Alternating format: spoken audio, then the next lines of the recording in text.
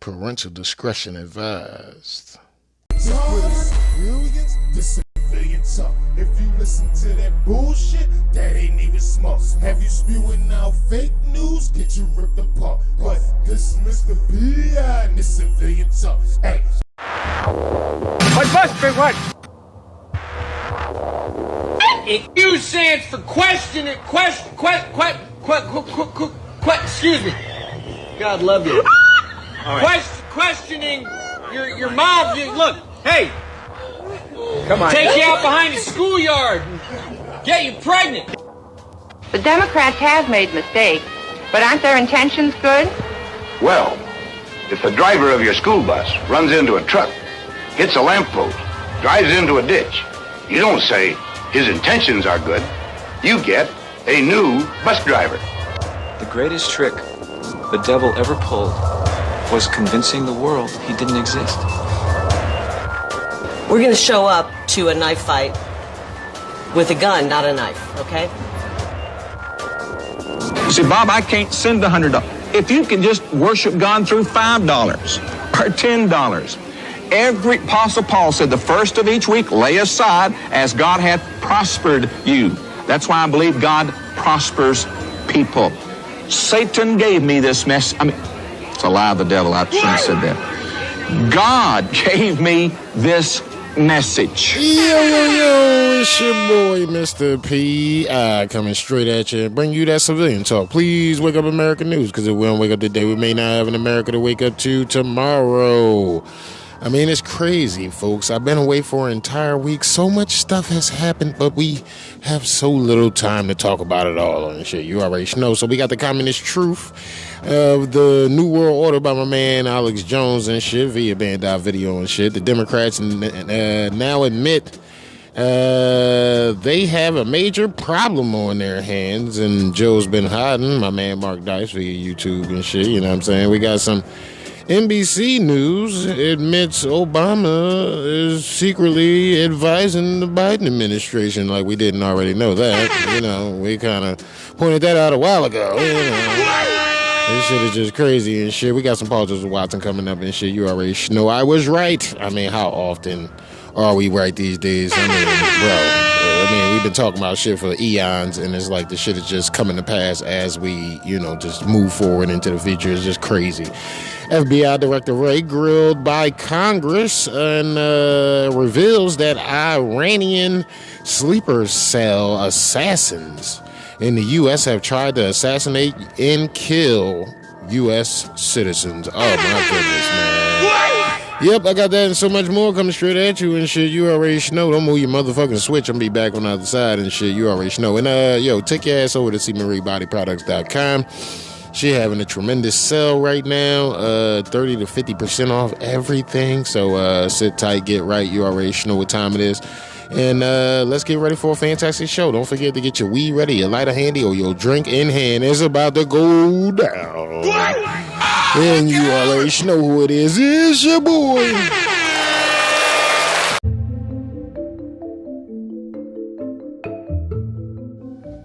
Today's episode was brought to you by Civilian Talk Radio.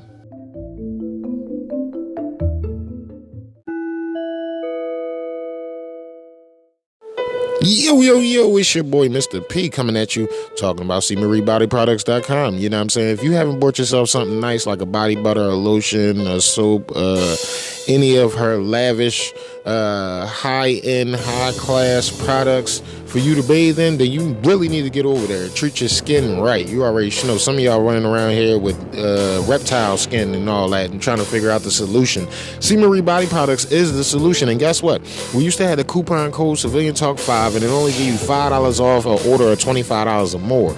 Now, Civilian Talk 5 gives you 25% off your total order. You already know. Give it up for C. Marie for hooking y'all up, and give it up for your boy, Mr. P, for setting that up. And you already know. Listen, I'm not going to play games with y'all. Y'all already know how I get down. Y'all know I stand by CMarieBodyProducts.com like a motherfucker.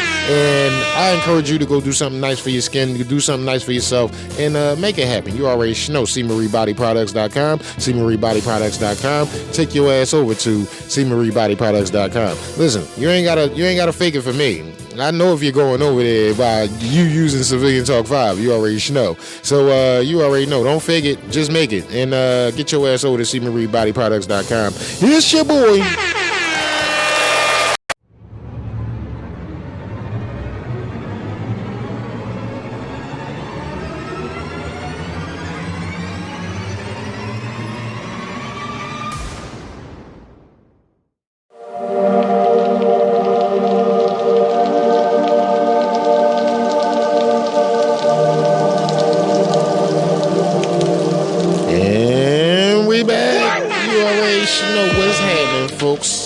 You know what I'm saying? I missed y'all so much. I know y'all been missing me. I actually got a inbox this morning by one of our favorites. Shout out to JS and shit. You already know. He like, man, where's the fucking show, man? Where is it, dude? You're gonna make me fuck you up, man. I'm like, oh, JS, I got you. I'm over exaggerating it, of course, but that's my guy and shit. That's what he was doing in a nutshell. Where's the shit? Where's the shit? Okay. And, you know what I mean? Shout out Toy, man. I fucking love that guy, man. One of our long-time supporters. I mean, literally long-time supporters and shit. Been rocking with us since the early episodes. And that's the first catalog episodes, 1 through 95, that mysteriously disappeared via internet deletage and shit because Anchor couldn't handle what the fuck I was saying and shit, you know? And it's very tragic. And it's a travesty, and my feelings are hurt. But it is what it is. I ain't gonna trip over this shit. We gonna keep it moving and shit. You already should know. It's a lot of shit going on in the world and shit. And I know y'all niggas like, yo, I normally get my weekly fix or, you know, my every other daily fix, you know, via Civilian Talk and shit. And nigga, you ain't even putting out shit. Like, that's how you riding, like, bro. And no, it ain't that, you know what I'm saying, life going on and shit, you know what I'm saying, your boy gotta pick up some ends wherever he can pick up the ends and shit, you know what I mean, the economy so bad for every fucking body, everybody grinding, everybody hustling, and everybody trying to figure out another way to make some more money and shit, you know what I'm saying, so we kind of really focusing on, you know what I mean, getting that bread in the house and shit, you know what I mean, so we can handle some things, you know, Christmas coming up and all that shit, you know, it's a lot of fancy pants things going on, and we really need to tend to those. So you know, it's worldly shit and some unworldly shit, you know what I'm saying, and it's pretty much that simple and shit, you know what I mean. Shout out to everybody supporting the show. Really appreciate you for that, you know what I mean. And we appreciate the little kicks in the ass too, man. That shit makes a difference. You know what I'm saying? Because when y'all out there like, yo, what the fuck, like, how come there's no production? You know, that lets me know that I'm taking too long of a break. You know what I'm saying? Because technically, I'm tired as fuck. I just got finished painting some building and shit, some reopening daycare that's getting remodeled and all that shit. And I'm in the mix of painting that shit. You know what I'm saying? And I'm trying to figure out what the fuck. You feel me? I'm trying to see what the fuck is up. You know what I'm saying? So, you know. Bottom line, you know, I'm just trying to fucking get this bread and at the same time do a service to humanity and shit and fellow civilians out there and shit that's willing to have an open ear and an open heart to the information we got to provide to you guys, you know what I'm saying? So I really appreciate that, and I really appreciate the fact that all of you guys are chipping in some way, shape, or form, either sharing the show or sharing, you know, our sponsor and shit, or, you know what I mean? Like, you guys are really, like, you know, putting your effort forward and shit, you know what I mean? Shout out to the almost 6,300 folks over there at Instagram and shit. We really appreciate that. Shout out to y'all, you know what I'm saying? Shout out to everybody sending us reels too, you know what I'm saying? We appreciate y'all sending us reels. That shit dope, you know what I'm saying? And it allows us to, you know, it helps us out a little bit on looking for content, you know what I'm saying? Because we got so much to cover. It's almost like we got you guys out there, you know what I'm saying, as undercover, you know, journalists or podcasters or bloggers or, you know, TMZs and shit. And, you know what I'm saying? Y'all send it back to the main hub, which is civiliantalkpodcast.com and shit. And then we, you know what I mean, air it on your behalf and shit, you know what I'm saying? And some people tell us that shit make them feel good and shit, that they are finding great things that they can share with others to wake other people up and shit. Some people be like, yo, it make us feel real good that we share stuff. You don't share all our stuff, but you know, the fact that you'll pick 1 out of 6 and shit and remix that joint and let everybody see it and shit, and we know that we sent that to you and shit, like this shit makes our day. You know what I mean? Like, we're all in this together. It's our show. I tell you guys all the time, it's our show. You know what I'm saying? I'm the host, Mr. P.I. You know what I'm saying? Yes, you know, I could go into the elaborate details of all the bullshit, but it's everybody's show. Are you a civilian? Yes, show is for you. You know what I'm saying? Now, whether you're going to agree with my politics or not remain to be seen and shit, but you have to be adult enough or mature enough to be able to sit and talk politics with somebody that's willing to discuss politics and shit. You know what I'm saying? You can't fucking scold me and be mad at me because what the fuck you talking about don't make sense to me and shit. You know what I'm saying? Like, that's just crazy. That's preposterousness. But I still fucking love you guys, and I still want to see you guys prosper, and I still want to see you guys make the most of yourselves and be the best you can be, and you know what I'm saying? All the fancy pants things, you already know.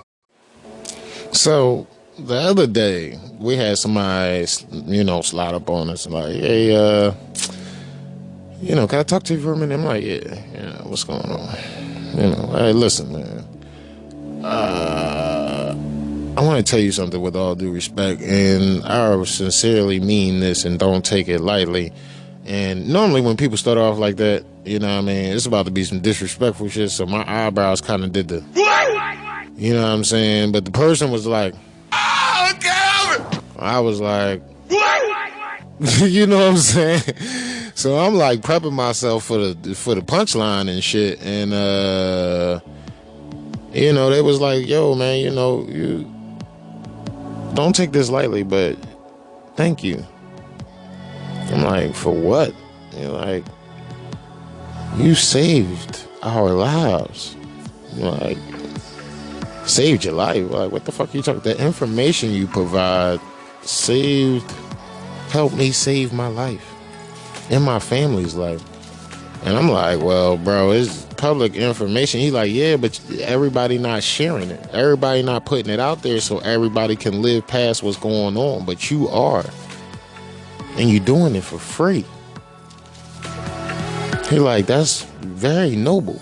You know what I'm saying? And it's not about being noble and shit. And it's not about, you know what I'm saying? Like, I want to be the guy that saved your life and shit. I just really want to share the information and wake people up. You are in charge of saving your own life. I'm just bringing you some information that may assist in saving your motherfucking life. But really, you know that it's really up to you. It's your game. You know what I'm saying? It's really about you. You know, people say, P, man, like, you changed over the years, but, you know, I see that it's for the better. I'm like, yo, bro, you know, I'm the same old guy. I'm the same OG, still low key, you know what I'm saying? And don't talk shit to me, you know what I'm saying? That's all I got. You know what I'm saying? That's where the lines are drawn. Just, you know, stay in your lane, I stay in mine. We can, well, you mean be around each other comfortably, you feel me? And, you know, motherfuckers like, yo, man, when you first started that show, dog, I thought you was just full of shit. I thought you were just looking for attention. I thought you were just out there fucking attention whoring. Like, nigga, what the fuck? I thought you was making all that shit up. Like, why would I do that? Who the fuck does that? They gotta be getting paid by somebody to do that. You know what I'm saying? They got to. In order to make this shit up, you gotta be getting paid. There's no way I would sit in the house all day just making shit up and not getting paid for it. I mean, think about that. Like, yo, you know what? Today, I'ma say that Joe Biden stole the election, yeah. And then the rest of the world gonna say Joe Biden stole the election, and y'all gonna, did I make that up? You know what I mean? I said having open borders gonna let fucking terrorists behind enemy lines and shit, and now the U.S. government has been saying there's terrorists behind enemy lines that are unaccounted for and shit. Did I make that up? I told y'all the 2020 election was forbidden bullshit. Did I make that up?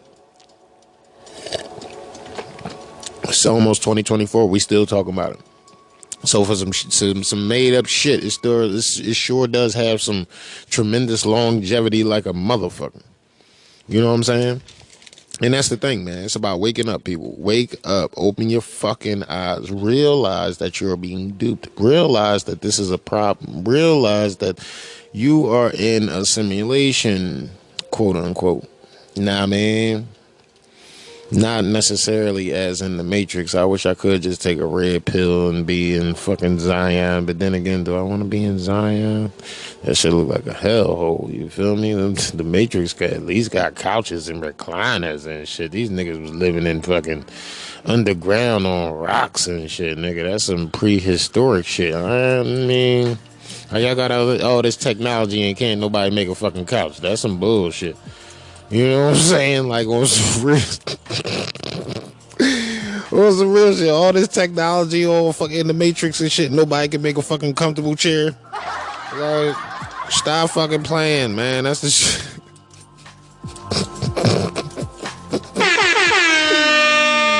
Yo, no, real shit though. All that futuristic space age shit. Nobody had a comfortable place to sleep at all, or a comfortable chair to sit in whatsoever. But inside the Matrix, they was living good as shit. Shit, it might be, you know, shit. I might be like, fuck. You mean Morpheus come for me, Mr. P? Would you like to take the red or the blue pill? I'm like, hold on, bro. Which place got better furniture and shit, man? Because I don't feel like sleeping on barbaric shit. Like, you know what I'm saying? We ain't the Vikings, nigga. I ain't sleeping on fucking small ass rowboats and shit on choppy seas. This is Which place got better fucking furniture? Yo, real shit, man. But real shit, dog. I don't know what pill I would choose on some real shit, because I feel like I already chose the red pill and shit. You know what I'm saying? My wife like, yo, nigga, you just so different. You mean like you used to be in the Matrix and, you know, Bolivius, and that used to be a good time and shit. And it was a good time at one point in time, once upon a time in the Matrix and shit. But, you know, as you get older and your brain develop, you unlock new compartments of it, and the new compartments require different things as maintenance and shit, like reading books. Like, I gotta read and shit, you know what I'm saying? Like, most motherfuckers, they be like, what, reading? Oh, man, they start throwing up and farting and shitting on themselves and shit. You know what I mean? It's kind of like this nigga named Fat Albert and shit. We had working at my brother's store. This nigga ate a salad, and this nigga was eating like quadruple cheeseburgers and quadruple chickens and shit. The minute he ate a salad, he was stuck in the bathroom all day. That shit is crazy. Yo, it's sad. It's fucking sad. The minute he ate a fucking salad, done, whole ass blasted out. You mean my bro had to take him off the clock? The shit was ridiculous. But on some real shit though, man, you know what I'm saying? It's a lot of shit going on, and since, you know, I'm kind of hinting at the 2020 election and shit, and now there's 2023, is it funny that a judge orders new primary elections in Connecticut's largest city? Why, Mr. P? Why? Well, because the Democrats were caught stuffing the ballot box. In the words of my son Snackies, dug in. You know what I'm saying? Crazy shit, bro. Y'all niggas is literally fucking just falling for anything and shit, and then mad at me for pointing out the fact that you just fell for some bullshit. Oh, don't you be pointing out the fact that I'm stupid. Like, oh, okay, my bad. I mean, nigga, yo, I thought you would at least want to know that they getting you and shit. You know you getting got, right? You know this a whole gotcha, right? And like, what the fuck? You mean y'all niggas is mad at the messenger. You know what I'm saying? Y'all living the message, but y'all mad at the messenger. That's the upside down insanity of this whole Matrix shit.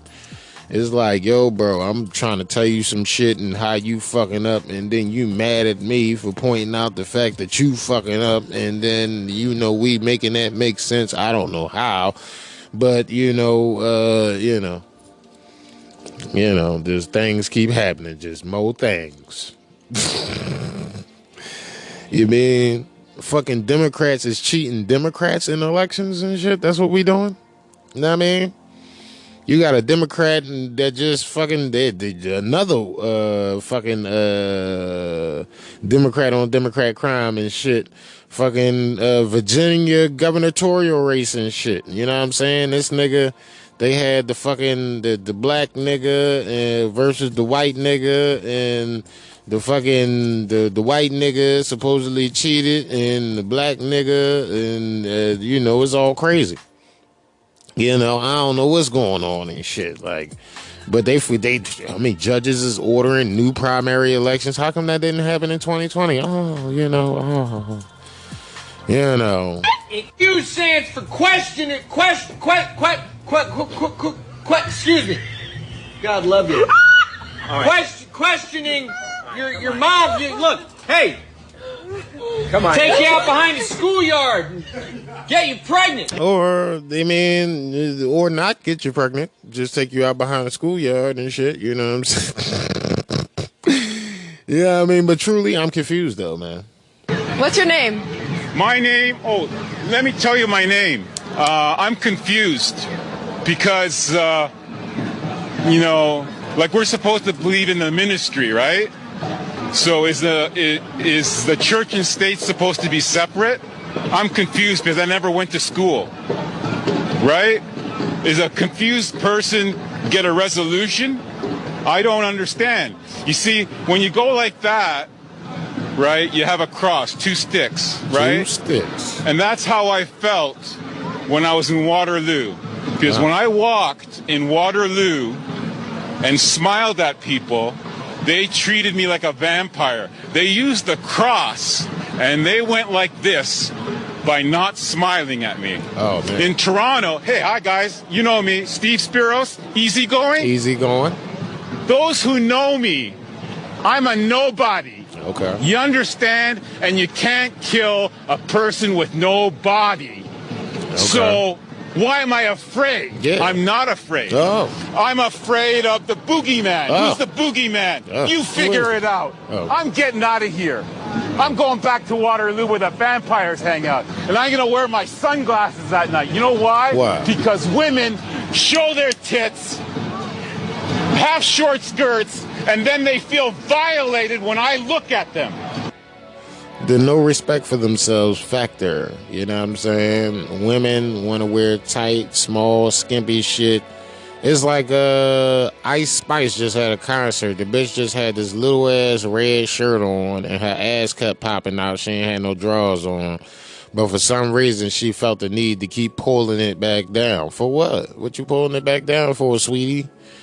You wore this shirt. You knew what this shit was hitting for. You knew you had to perform for X amount of time. And now that your ass wiggling all in front of everybody and shit, you self-conscious? That let you know all this shit is a act. All this shit is a ploy. The bitch probably don't write her own rhymes. She's not really content with being butt naked in front of the world and shit. She's not really cool with the idea of being fucking prostituted out visually and vocally and shit. You know what I'm saying? Like, she's not even, she's not even really with that shit. But she's being controlled. You know what I'm saying? And the bitch is being controlled. And she really is being controlled. You know what I'm saying? So that's the thing. Motherfuckers will sell out until the sellout ain't no more sellout to do and shit. And then when they realize they done lost everything, including their dignity, self-respect, and morals and shit, then it's too late. It's kind of like a Joe Biden voter. You know what I'm saying? It's kind of like a Joe Biden voter and shit. Y'all go ahead and, we're going to put the adults back in the White House. And then who you put in the White House? A decrepit old motherfucking idiot and shit. You know what I'm saying? That can't even wipe his own ass and shit. And you niggas asking me, are you not entertained? Are you not entertained. Fuck no, I ain't motherfucking entertained, nigga. Hell fuck no, I ain't entertained and shit. I'm completely unentertained by what the fuck is going on in my country. The fact that Iranians and Palestinians and fucking Israelis and fucking Iraqis and whoever the fuck else and shit is talking about fucking Hezbollah and all the Hamas, which is just Hebrew for violence and shit, which is funny. How you gonna name a group of violent militants violence, which makes zero sense, which kind of tells me it's fabricated and shit and it's all a ploy. You know what I'm saying? Probably some independent contractors doing some work and shit, getting paid, whatever, and you already know how that go. So, I'm not on either side. You ask me, oh, P, who you riding with, Israel or Palestine? I don't give a inkling, bro, on some shit. And that's not trying to be smart. I'm not trying to, downplay anybody's situation and shit. Don't take that the wrong way if you on either side. I'm just minding my fucking business. Can a nigga just mind his fucking business? You know what I'm saying? That's what it all boiled down to and shit. You know what I'm saying? I just want to mind my fucking business and fucking just stay where, just chill and, take precautions and, quasi prepare myself for what I know is to come. Y'all niggas gonna beef beyond repair and shit. And y'all gonna drag us into that shit because they bringing all them niggas into our fucking country. And right now they talking about fucking dropping all the fucking niggas in Gaza, millions and millions of motherfuckers into the United States of America. For what? Why are they leaving home? Why are y'all allowing fucking all this dumbass shit to go on? Why is this nigga talk about nuking? This how I know it's all just the flavor of love and shit, right? Because the nigga Benjamin Netanyahu is a member of the World Economic Forum, right? The nigga that Benjamin Netanyahu is beefing with is part of the World Economic Forum, right? And neither one of them niggas is shooting rockets into each other's house. They just blowing up a neutral ground. And it's crazy because I just found out that they got like plans to build basically a strait between like Israel and it's supposed to be basically rival the Straits of Hormuz, I think. You know what I'm saying? What's the big one that it gotta fill up? Only one ship can pass through at a time each way and shit. Where they trying to make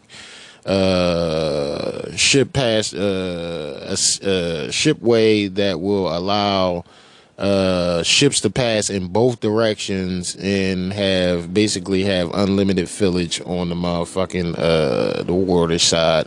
So if they have droughts and all that shit, then they don't really have to worry about it. They can still pass through them straits. But that's the thing, and it's a lot of motherfucking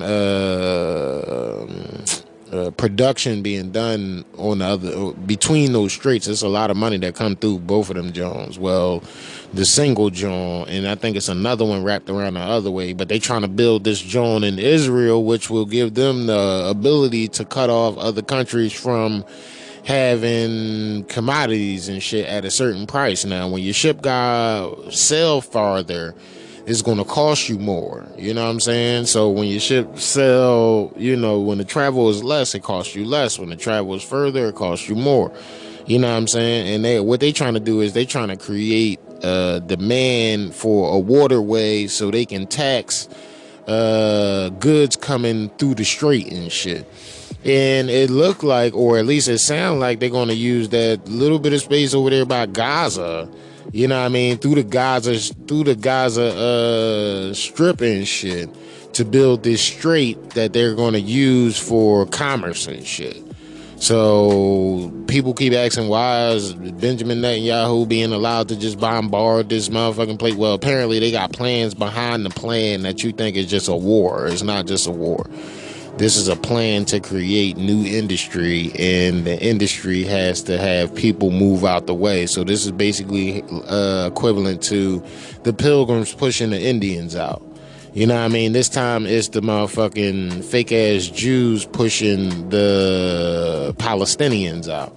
or the people of Gaza, which that whole shit, including the little bit of space Israel got and build a wall around and shit, that whole shit is actually Palestine. I seen a fucking old 1700s map. That's Palestine, bro. That fucking Israel was built on fucking Palestine land. They pushed them niggas out, and now they trying to continue the push.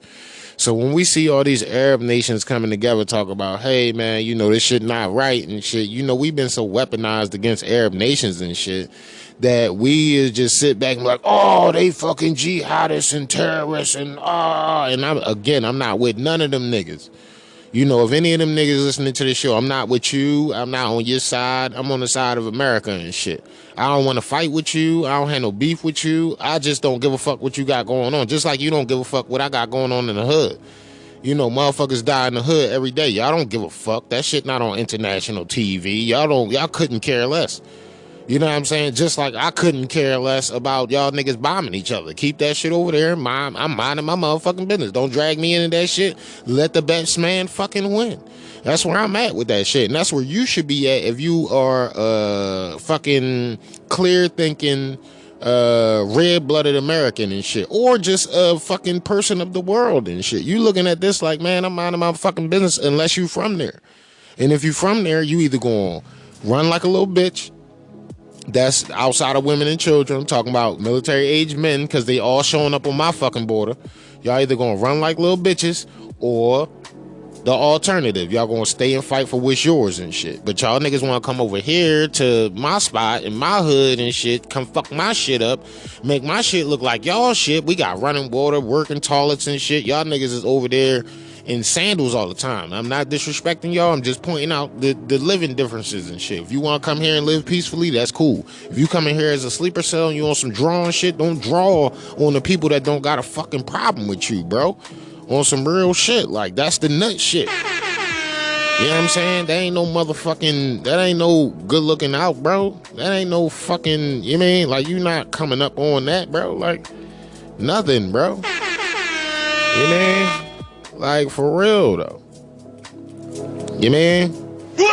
Stop playing, man. Y'all niggas know better, dog. You know what I'm saying? I've been telling y'all for fucking eons, man. Like, understand. These motherfuckers don't give a fuck about you, dog. They just want to use your money to do what the fuck they want to do, bro. You know what I'm saying? Look at Joe's been hiding. Y'all niggas voted this nigga in, and the whole time Trump was in office, Trump's going to start war with Afghanistan. Trump's going to start war with Russia. Trump's going to start war with China. Trump's going to start war in Ukraine. Trump's going to start war in fucking Russia. Trump's going to start war in Taiwan. Trump's going to start war in Israel.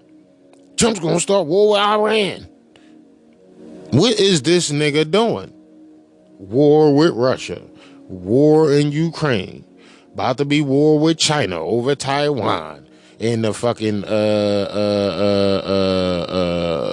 South Asian Pacific and shit. You know what I'm saying? In Japan and shit. Japan already like, look, we rocking with the Taiwanese. You got a problem, bitch? We'll blow you the fuck up. All right, cool. I respect that. You know what I'm saying? You know, they've been blew up before, so that I can understand they zero tolerance policy and shit. You understand what I'm saying? You know, just keeping it a bean. You know what I'm saying? But the shit is going on, and niggas, I remember all to fucking 2017, 18, 19, 20. Y'all niggas was on social media every day, every night, couldn't sleep because of Orange Man bad. And now y'all voted in somebody 2 million times worse than y'all perceive Trump to be. And even more corrupt than the fucking bro. This nigga was more corrupt than the fucking tax collector in the synagogue when Jesus went in there whooping ass, nigga. You understand what I'm saying? And y'all niggas out here quiet as shit. I don't hear shit. Where the shit? Where is the shit? Everybody. Y'all had all that shit. Where's the shit? That's what I'm talking about. Y'all fake as shit. Y'all phony as fuck. Y'all niggas want to act like y'all got the moral high ground, superiority, and all that cool shit. But y'all don't. Y'all pussies. You mean? And that's the thing. That's why y'all don't know God. Because God don't use pussies. You know what I'm saying? And the motherfucker could call me a keyboard warrior. I'ma keep it a bean. I'm a keyboard warrior like a motherfucker. Especially right now, nigga. If you look at my rap sheet, I gotta be a keyboard warrior, cause record shows that I'll jump on your ass faster than white on rice and paper plate in a snowstorm and won't get off your ass until is no longer white on rice and paper plate in a snowstorm, nigga. You understand what I'm saying? So me playing the field, I gotta play the field. I can't be out there in the fucking in uncontrolled environments. You know why? Cause you mean that shit come my way, I'm solving that shit. And what's the first thing y'all gonna do? Y'all gonna put me behind bars, and there goes civilian talk. You know what I'm saying? You know how bad I want to be an on the street reporter and shit, but I think about the consequences of having your person seen. These niggas will follow you home. They be on weird shit. They'll continuously follow. They'll stalk you, inbox you. Oh, I seen you at work today. Oh, I did it. I'm not going for all that shit, bro. You know what I'm saying? I'm on some new shit. You know what I'm saying? I did my crime, I did my time, and now I'm on some new shit. And that shit is going to keep me out the way. I'm trying to build my own fucking economy. I'm trying to build up a platform for you, me, our fucking ancestors and fucking predecessors. You understand what I'm saying? Like, I'm trying to do something for us. Now, y'all either going to help us the fuck out or y'all not. Share the show. You mean? Share the fucking articles. You know what I'm saying? Use CivilianTalkPodcast.com as a tool. You in a fucking debate with a motherfucker? Slide over to CivilianTalkPodcast.com. Go find one of them lightning quick articles and shit, or just click like a fucking, one of the fast links and shit to take you to an article that's similar to that. You already know. You know what I'm saying? And then you got fucking proof. And then you can go to the main source of the article, read the full article, and then that article might have a sub-article that'll give you even more motherfucking information to help your argument. You understand what I'm saying? Donate to the show, man. MRPI55. You understand what I'm saying? Civilian Talk, my nigga. MRPI55. Cash App and PayPal. It got the picture on it. You can't miss it. It's gonna say, L-Dub in big ass motherfucking letters and shit, and then it's gonna say Mr. PI 55. Man, send that shit, man. Help us the fuck out, man. Keep the show fucking going. Help us get more equipment so we can continue to build the show, so we can continue to expand. You already know, man. This is for us. It's not for me. It's not just for you. This is for us. So that was pretty. Hey man, that was a good waste of a half hour right there, though. Y'all gotta admit that shit. That was a good waste of a half. We did that. You know what I'm saying? It's probably because I missed y'all and shit. You know what I mean? Y'all know my dialogue be crazy when I take a show off and shit. It's when I run them back to back. I'll be like, all right, I can't talk for 30 minutes. I gotta give it in 10 and just commentate through the way and shit. But yo, man, I can continue to talk for like another hour and a half, or do y'all want the motherfucking news? Y'all want the motherfucking news? Well, fuck you, board operator. Yeah, fuck you. You know what? Hit me with the Joe real fast, and it's towards you. Q stands for questioning. Excuse me. God love you. All right. Questioning your mom. Look, hey. Come on. Take you out behind the schoolyard and get you pregnant.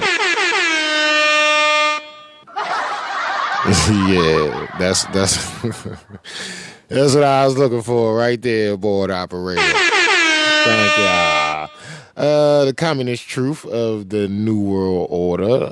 Alex Jones break down the true nature of communism, the dialectic of control, the geopolitical opposition between communism and monopoly capitalism is only the surface. Globalist central bank cartels, which funds both the East and the West using perceived differences to bring both forces to the same end, technological world dictatorship.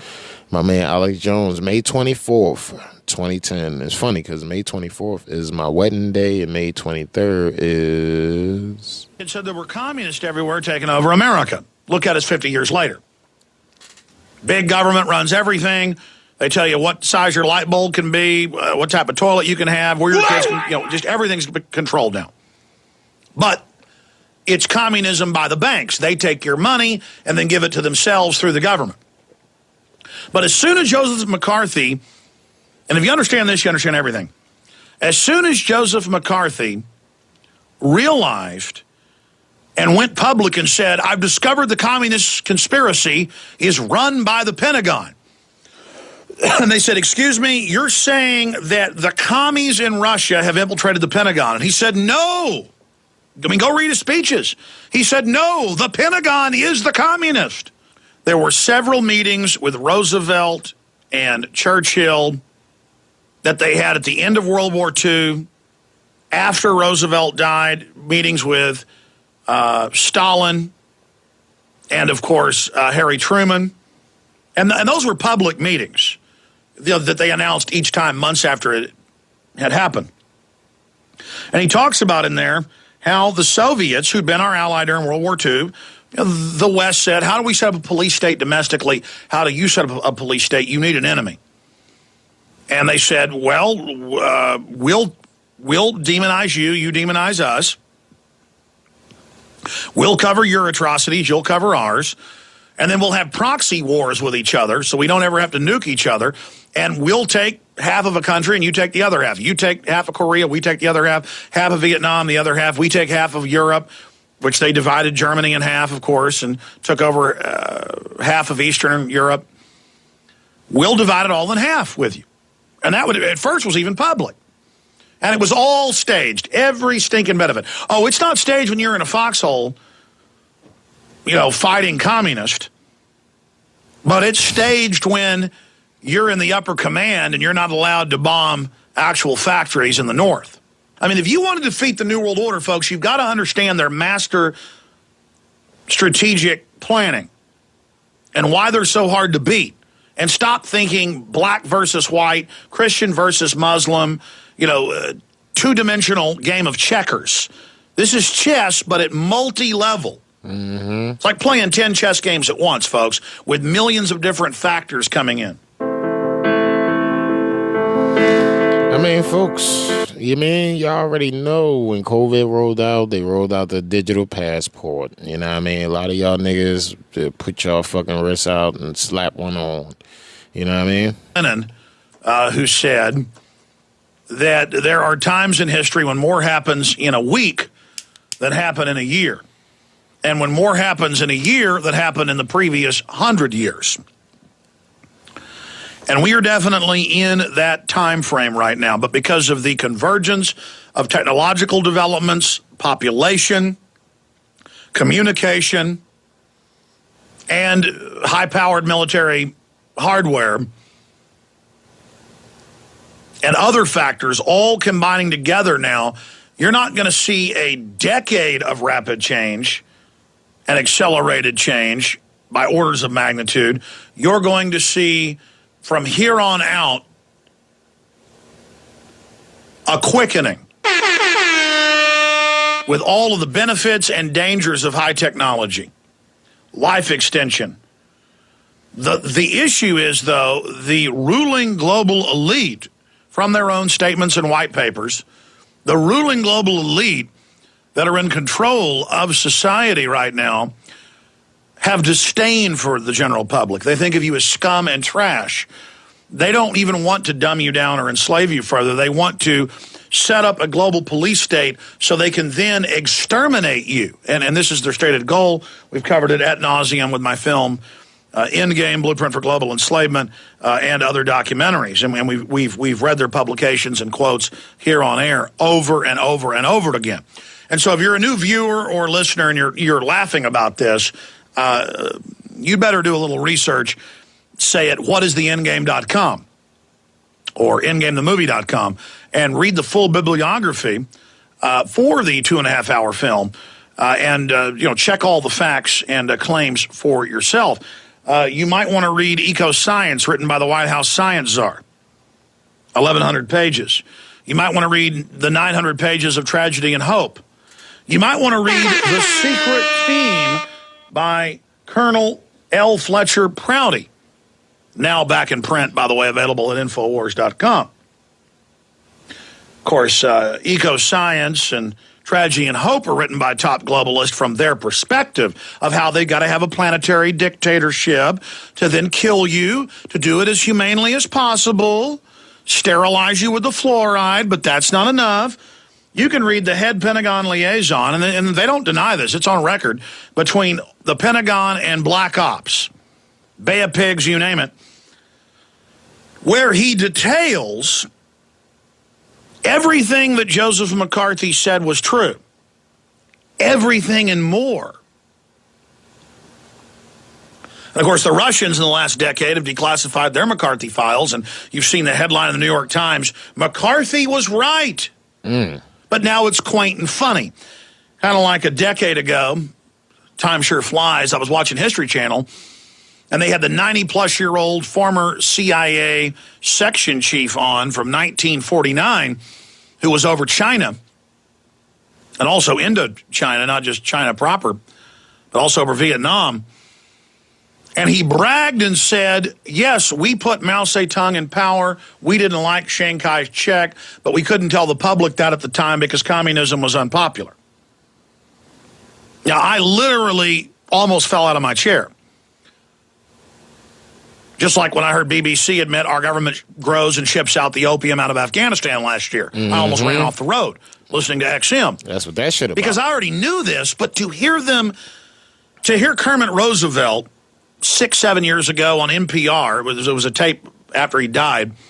He died in 99, CIA commander, 53, was Schwarzkopf's daddy overthrowing Iran, bragging that they staged terror attacks and used radical Muslims to overthrow Mohammad Mossadegh. Again, I already know all of this, but to hear him brag about it, knowing that the public's so dumbed down and so pathetic that they can now have Geraldo Rivera go on Fox and talk to Marine Corps commanders with the troops gathered around going, you're growing the opium here.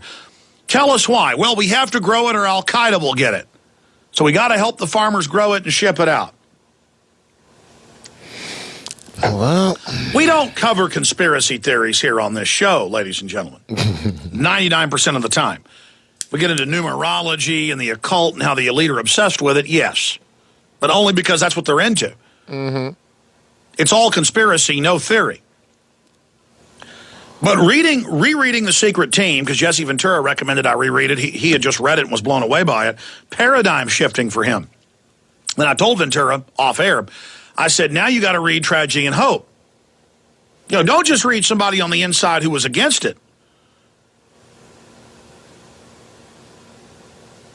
Read somebody from the inside who was for it. But what does this have to do with North Korea? Everything. There were several meetings with Roosevelt and Churchill that they had at the end of World War II, and then after Roosevelt died, meetings with Stalin and, of course, Harry Truman. And those were public meetings that they announced each time months after it happened. Right.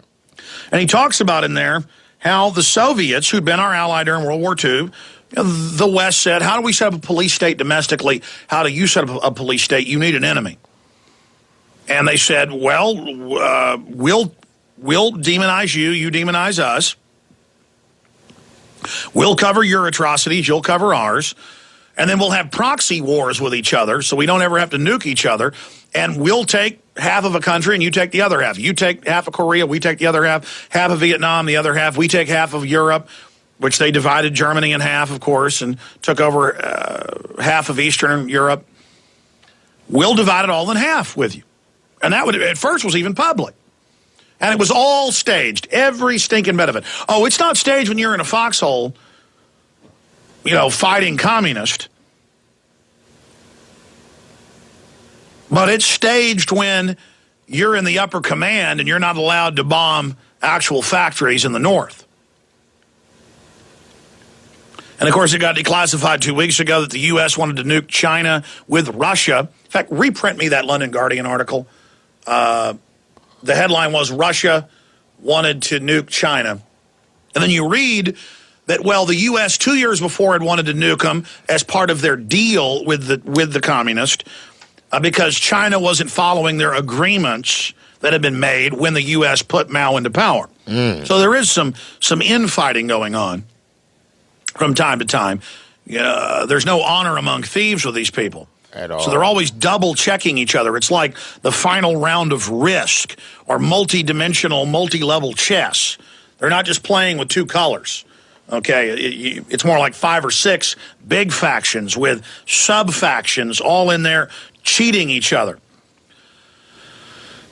Now, what did McCarthy said? McCarthy had said there were communists everywhere taking over America. Look at us 50 years later. Look at us now, 2023. Big government runs everything. This from 2010. They tell you what size your light bulb can be, what type of toilet you can have, where your kids can, just everything's controlled now. But it's communism by the banks. They take your money and then give it to themselves through the government. But as soon as Joseph McCarthy, and if you understand this, you understand everything. As soon as Joseph McCarthy realized and went public and said, I've discovered the communist conspiracy is run by the Pentagon. And they said, excuse me, you're saying that the commies in Russia have infiltrated the Pentagon? And he said, no. The Pentagon go read his speeches. He said, no, the Pentagon is the communist. Wow. That's who runs the whole thing. Well, who had set up the UN in 45? Who had set up the tank and tractor factories with General Motors and Ford? Who gave Russia the weapons and the oil and the raw materials to then ship it to North Korea and ship it to northern Vietnam and to ship it into Cuba? Because, again, the U.S. gets to take part of a country. Again, it goes back to World War II. What did Hitler do? He made a secret deal with Stalin. This is now declassified in public. The Nazi/Soviet pact. They made a deal to where Hitler said he was protecting Poland from the Russians, and the Russians were protecting the other part of Poland from the Nazis. And so they came in and divided the country of Poland. I mean, if you want to defeat the New World Order, folks, you've got to understand their master strategic planning and why they're so hard to beat. And stop thinking black versus white, Christian versus Muslim, two-dimensional game of checkers. This is chess, but at multi-level. It's like playing 10 chess games at once, folks, with millions of different factors coming in.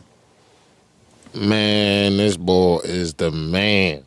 Now, if it wasn't for the fact that he could talk, this joint 40 minutes, so he could talk for the whole rest of the segment and shit. We ain't going to allow that to happen. We can't let that happen because we got a lot more show and you didn't just come for this.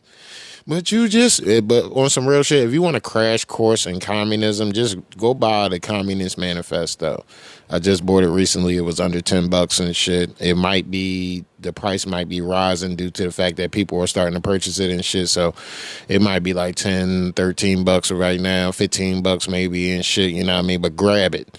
And that don't tell you in the book that the Democrats are the communists and shit. In the fucking book. I'm like, oh, man. When was this book written? Hold on just a second, guys. I keep this book on my desk. Like, literally. When I start reading this book, it set a fire under my ass, bro. And right now, I'm on, like, chapter Manifesto of the Communist Party. So, I'm just basically, I'm, like, getting fully dug in. This drawing from 1936. Let me say. Hold up. Let me double check. Edit published. No, my bad. This is 1848. So this book from 1848, folks, and it's really only like 125 pages and shit. Really good read. I got to like chapter 3 and was like, oh shit, everything I assumed was true is actually true. This shit fucking blew me away, folks. Grab you a copy of the Communist Manifesto and it's another joint, Animal Farm. by the same bowl and shit. NBC News admits Obama is secretly advising the Biden administration. Are looked upon as not very smart. We are looked upon as not very smart. Shit, we failed. Shit, we failed. They may allow me back. They may allow me back.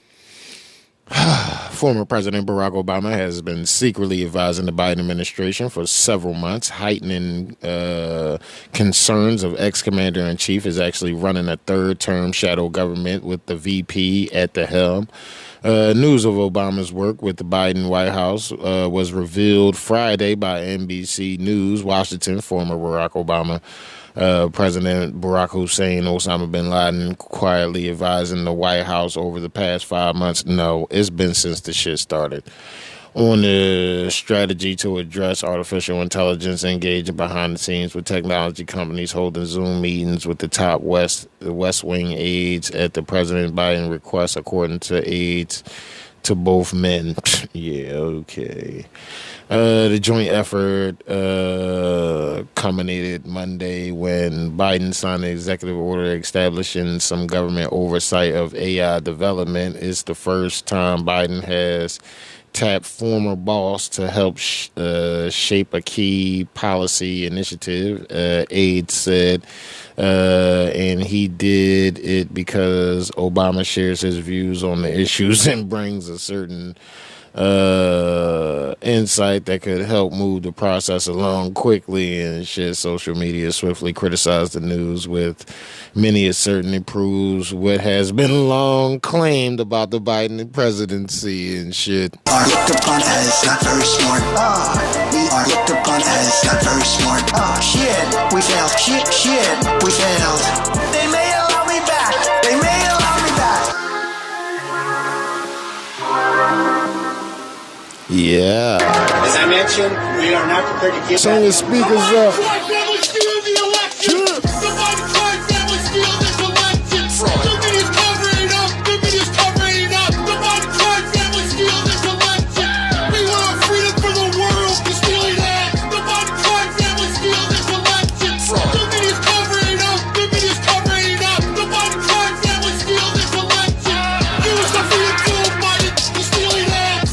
Polls, I have to call them phony polls, election interference, fake polls, suppression polls. If you count the legal votes, I easily win. If you count the illegal votes, we can't let that happen. This is a case where they're trying to steal an election. They're trying to rig an election. Winning all the key locations, few observers have been kept far away. So far that people are using binoculars very far away. Votes have been in by election day, and they weren't. Votes are coming in after election day. Votes have been in by election day, and they weren't. Votes should be in by election day.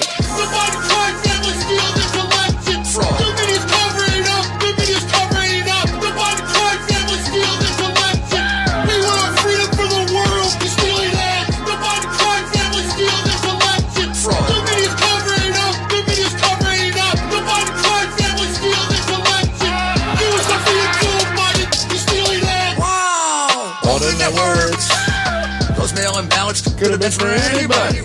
Will Smith's father voted here twice since he died. Oh my goodness, kind of funny. Okay, it was fraud. One of the things that does involve fraud is not making it possible to inspect. Gee, what happened? Come on, don't be ridiculous. Well, the networks thought Biden was going to win by 10%. Votes have been in by election day, and they weren't. Votes are coming in after election day. Votes have been in by election day, and they weren't. Votes should be in by election day. Fraud.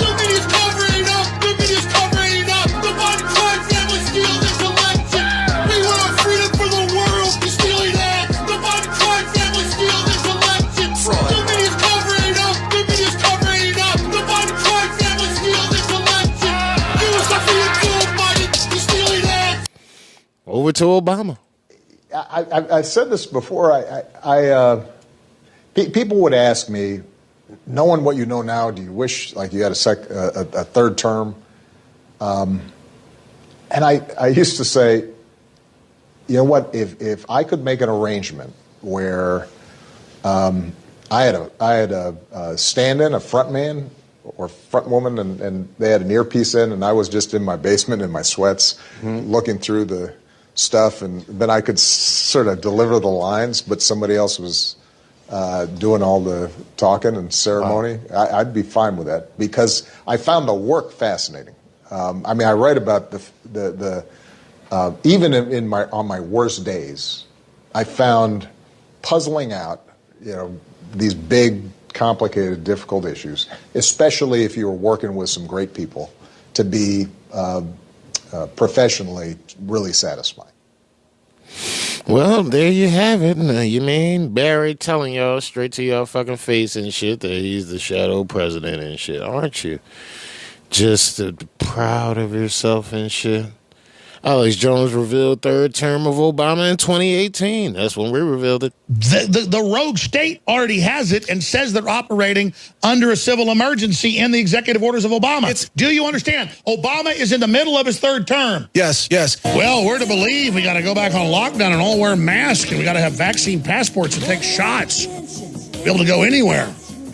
And the very people pushing this, Obama and his third administration with Biden, they just had a big, giant party at the danger zone. What's happening with Obama's third administration, known as the Biden administration? But yet, no one seems to notice. No one seems to care. But now the Democrats admit that they have a major problem on their hands. I wonder what kind of problem they could have on their hands and shit. I mean, it's just Joe Biden and shit, I can't see how that would be, super mega ultra. Let's see what the problem is, folks. Let's mark dice. Democrats have some major problems that are making them consider whether or not they should try to force Joe Biden out of the race, because two brand new polls over the weekend in liberal media outlets have them questioning whether or not he has what it takes to make it across the finish line. But then that also opens up a gigantic can of worms, which would involve countless other problems that may be just as difficult. Today marks exactly 1 year from the 2024 presidential election and what could end up being a rematch between Joe Biden and Donald Trump. Our new CBS News poll shows Biden continues to trail Donald Trump in that possible head-to-head. He is now down 3 points. For more on why, we go to Anthony Salvanto. Good morning to you, Anthony. Good morning. Bro. Many Democrats are starting to realize that despite President Trump's occasional immature behavior and mean tweets, the country, the economy, our culture, the entire world was a much better and safer place when he was in charge. The number of Americans who think that things are going badly in the country today has hit its high for the year. 73% of Americans. Down as Biden is. But then look at these positive views of what people think will happen for them financially if Donald Trump wins. Way more voters think they'd be better off. And Biden, for his part, hasn't fully convinced financially worse off with Biden that he'd help them as the middle class still reels from inflation. The New York Times also came out with a poll over the weekend showing that Donald Trump is beating old Joe in numerous key swing states. And so, of course, the Operation Mockingbird assets aren't very happy about that. Biden in 5 they of the can't 6 cover it up. There's too many of us states, now, including some rather large leads Nevada, in Nevada plus and 10, Arizona yeah, plus 5, Pennsylvania plus 4, Georgia plus 6. That hypothetical matchup, which doesn't seem all that hypothetical We're still a year anymore, away, Biden folks. Versus Trump. It shows that he can actually win and is leading in these battleground states. But George, I have to tell you, one thing to consider here is Trump has been in the news over the last year or so based on these criminal cases, the civil case in New York. False allegations. People have not been paying attention to what Trump has become.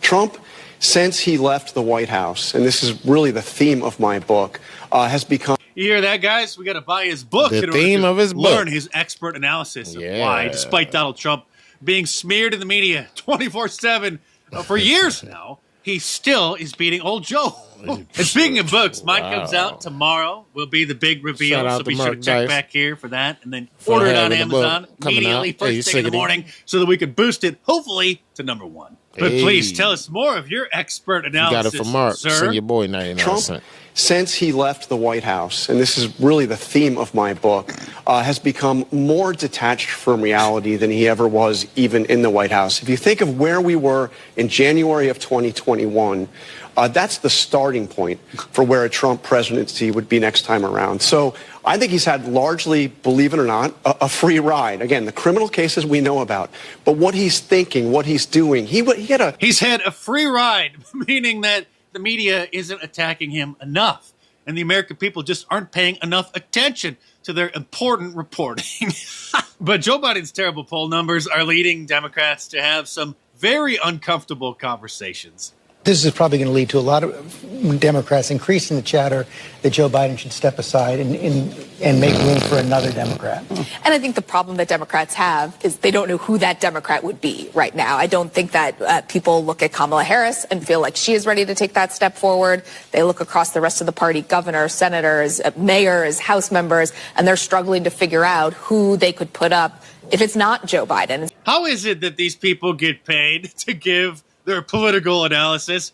Everybody knows that the man waiting in the wings is California Governor Gavin Newsom. At the end of the month, he's going to be debating Ron DeSantis, for what? The Republican establishment's favorite choice for the Republican nominee. For some weird reason, a man who's supposedly not running for president or not running yet, debating against the Republican establishment and Conservative Inc., the brand name conservatives, favorite candidate. And now David Axelrod, who was Barack Obama's senior advisor, has weighed in on the polls, saying that they will send tremors of doubt throughout the Democrat Party.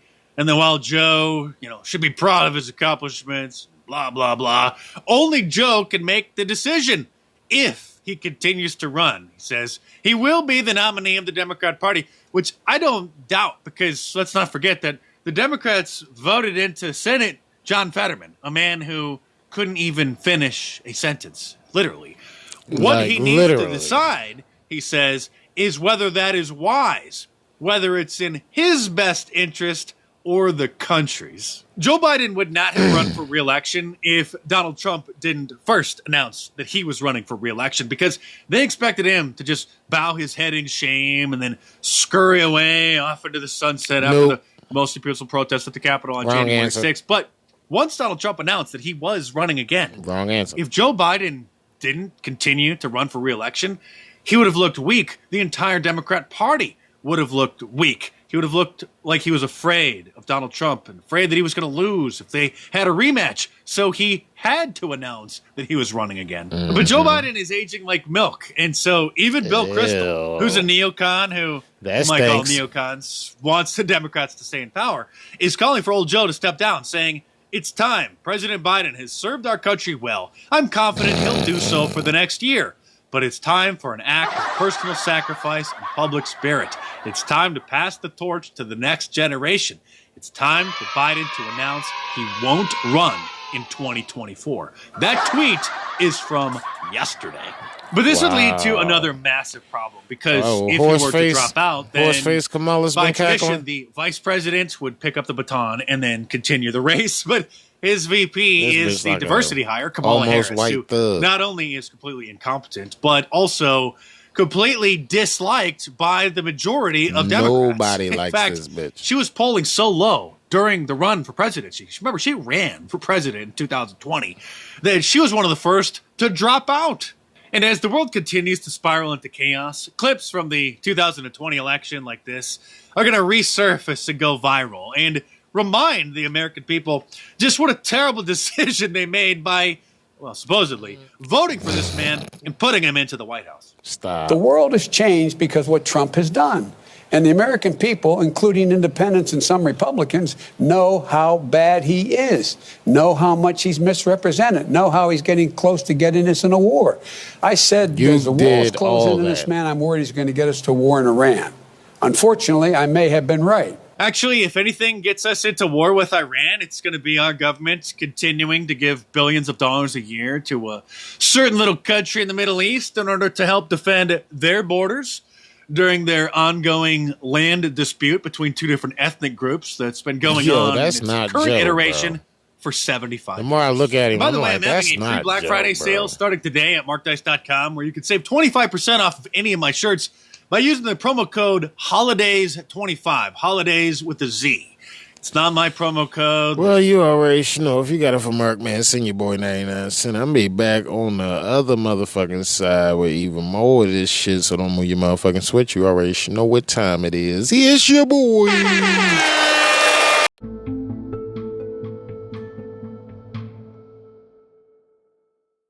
Folks say, P, why do you do the show? Why, like, what's the goal of the show? I say to pull people out the matrix. They say, well, what does that actually mean? And that's when I turn into Morpheus. The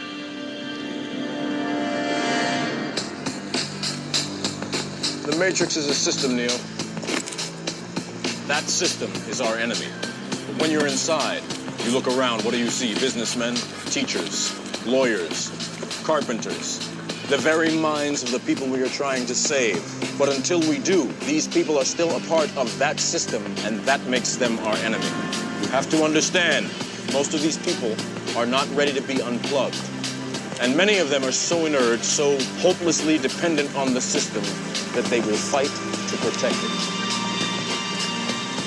Were you listening to me, Neo? Or were you looking at the woman in the red dress? I was... Look again. Freeze it.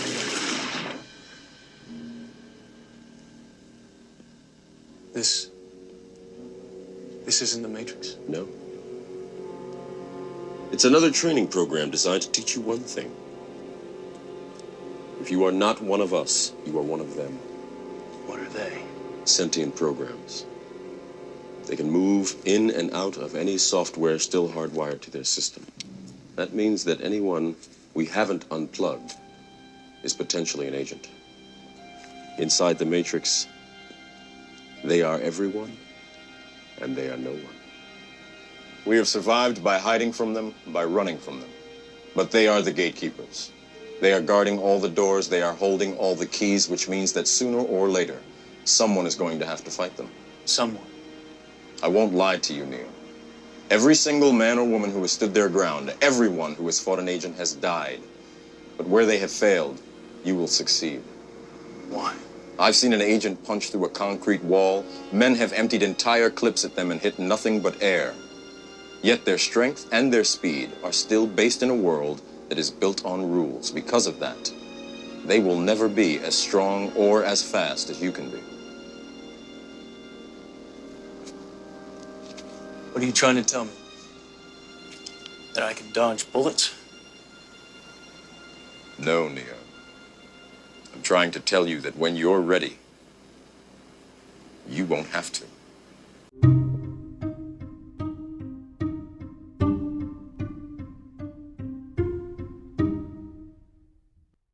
So we back. You already know. Yes. Thank you. Thank you. Still alive, you know. Breaking. Army intelligence warns of Biden assassination plot. This could be the big deep state move to cancel the upcoming presidential election. Oh, no. They're trying to kill Joe Biden to cancel the presidential election. This is crazy. You know, this Mother Russia don't want to kill Joe Biden. He is destroying America for us. You killed Joe Biden. We have to destroy America. Do you understand? This is no good. This is no good. Crazy shit, bro.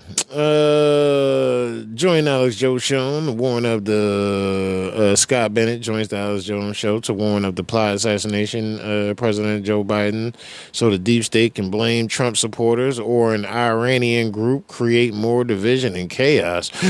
Oh no! We've said this. They're going to assassinate Biden and use that to try and suspend the 2024 election.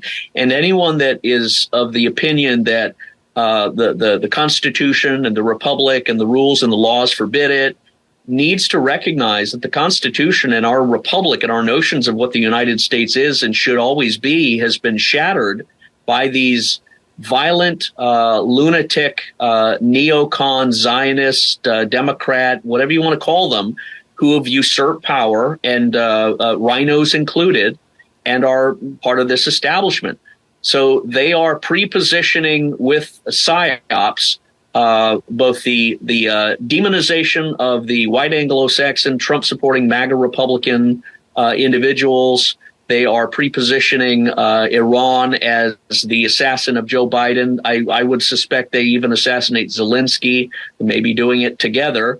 But they are going to be engaging in hostility. We will never have a free and fair election in this country again until this current government is, by the constitutional means, overthrown, as the Declaration of Independence instructs. It says very specifically, when the government becomes tyrannical and destruction of your rights, it is the right and the duty of the people to overthrow such government and reconstitute one which seems fitting unto them. We have been sitting on the good ship, lollipop, if you will, the Princess Cruise love boat, swinging on a hammock, sipping a pina colada, while the Democrats and the rhinos and the globalists and these neocons have been at the helm of the ship. They've been driving us. So they have driven us to the reef. And we're now feeling the rocks starting to scrape the bottom of our belly of our ship. And pretty soon, those rocks are going to rip out big chunks. That's inevitable because of their economic policies, because of their foreign policy, because of their endless war policy, because of 9/11. And that all is a layering. It straws upon the camel's back. And it has to break in order for things to be resurrected, an awakening, a renaissance. But people need to be prepared for the inevitable ripping out and crash that will occur because of the things that have been done since 2001 onward, so that we can be prepared to adapt and grow out of it. I mean, bro, y'all know they setting us up for the biggest of failures, bro. And literally, they're going to need a way out. But this is the thing. Kamala Harris can't be the president. She's not a U.S.-born citizen. Y'all fell for the cap. And all y'all said was it got to be a woman of color. Y'all ain't say an American woman of color. Stupid. You know what I mean? Now y'all got fucking this foreigner as y'all vice president. Y'all wonder why she ain't doing shit about your border. She ain't from here. She don't give a fuck about our border. And that's the twist. Y'all niggas is so blinded by colorism and shit. Y'all niggas, oh, she's black. Where are black people from? Bennett, I've been trying to get him on for about a week. And he's here with us. We're very honored to have him, very pleased. Couldn't have a better expert on to decode what's happening. And before this broke again today, I was literally going to ask him about globalist false flags in America, claiming Hezbollah has done it. Now, Hezbollah does have sleeper cells here. That's true. That's going on. And I've also seen them saying the power grid's going to get taken out for years. And they're going to use that as their pretext to suspend elections, martial law. Then I said I would imagine they'll claim right-wingers working with Putin are going to do it because that follows their narrative. Then 6 months ago, they came out, and I'll show you articles, and said the right wing working with Russia is going to target the power grid in FBI bulletins with zero proof. Now they've got new headlines out. Exclusive neo-Nazi domestic terrorists are targeting critical power stations with guns, explosives, and coordinated attacks as they seek to destroy America's way of life, Watchdog warns. So, Biden is shutting off the power plants. Biden is shutting off the pipelines, Keystone and others. Biden is killing the new oil drilling and gas drilling permits all over the country, all over the Gulf of Mexico. They're the ones draining the strategic oil reserve. They're the ones blowing up the Nord Stream pipeline. They're the ones doing all this, then with no proof saying domestic right-wingers are about to do this imminently.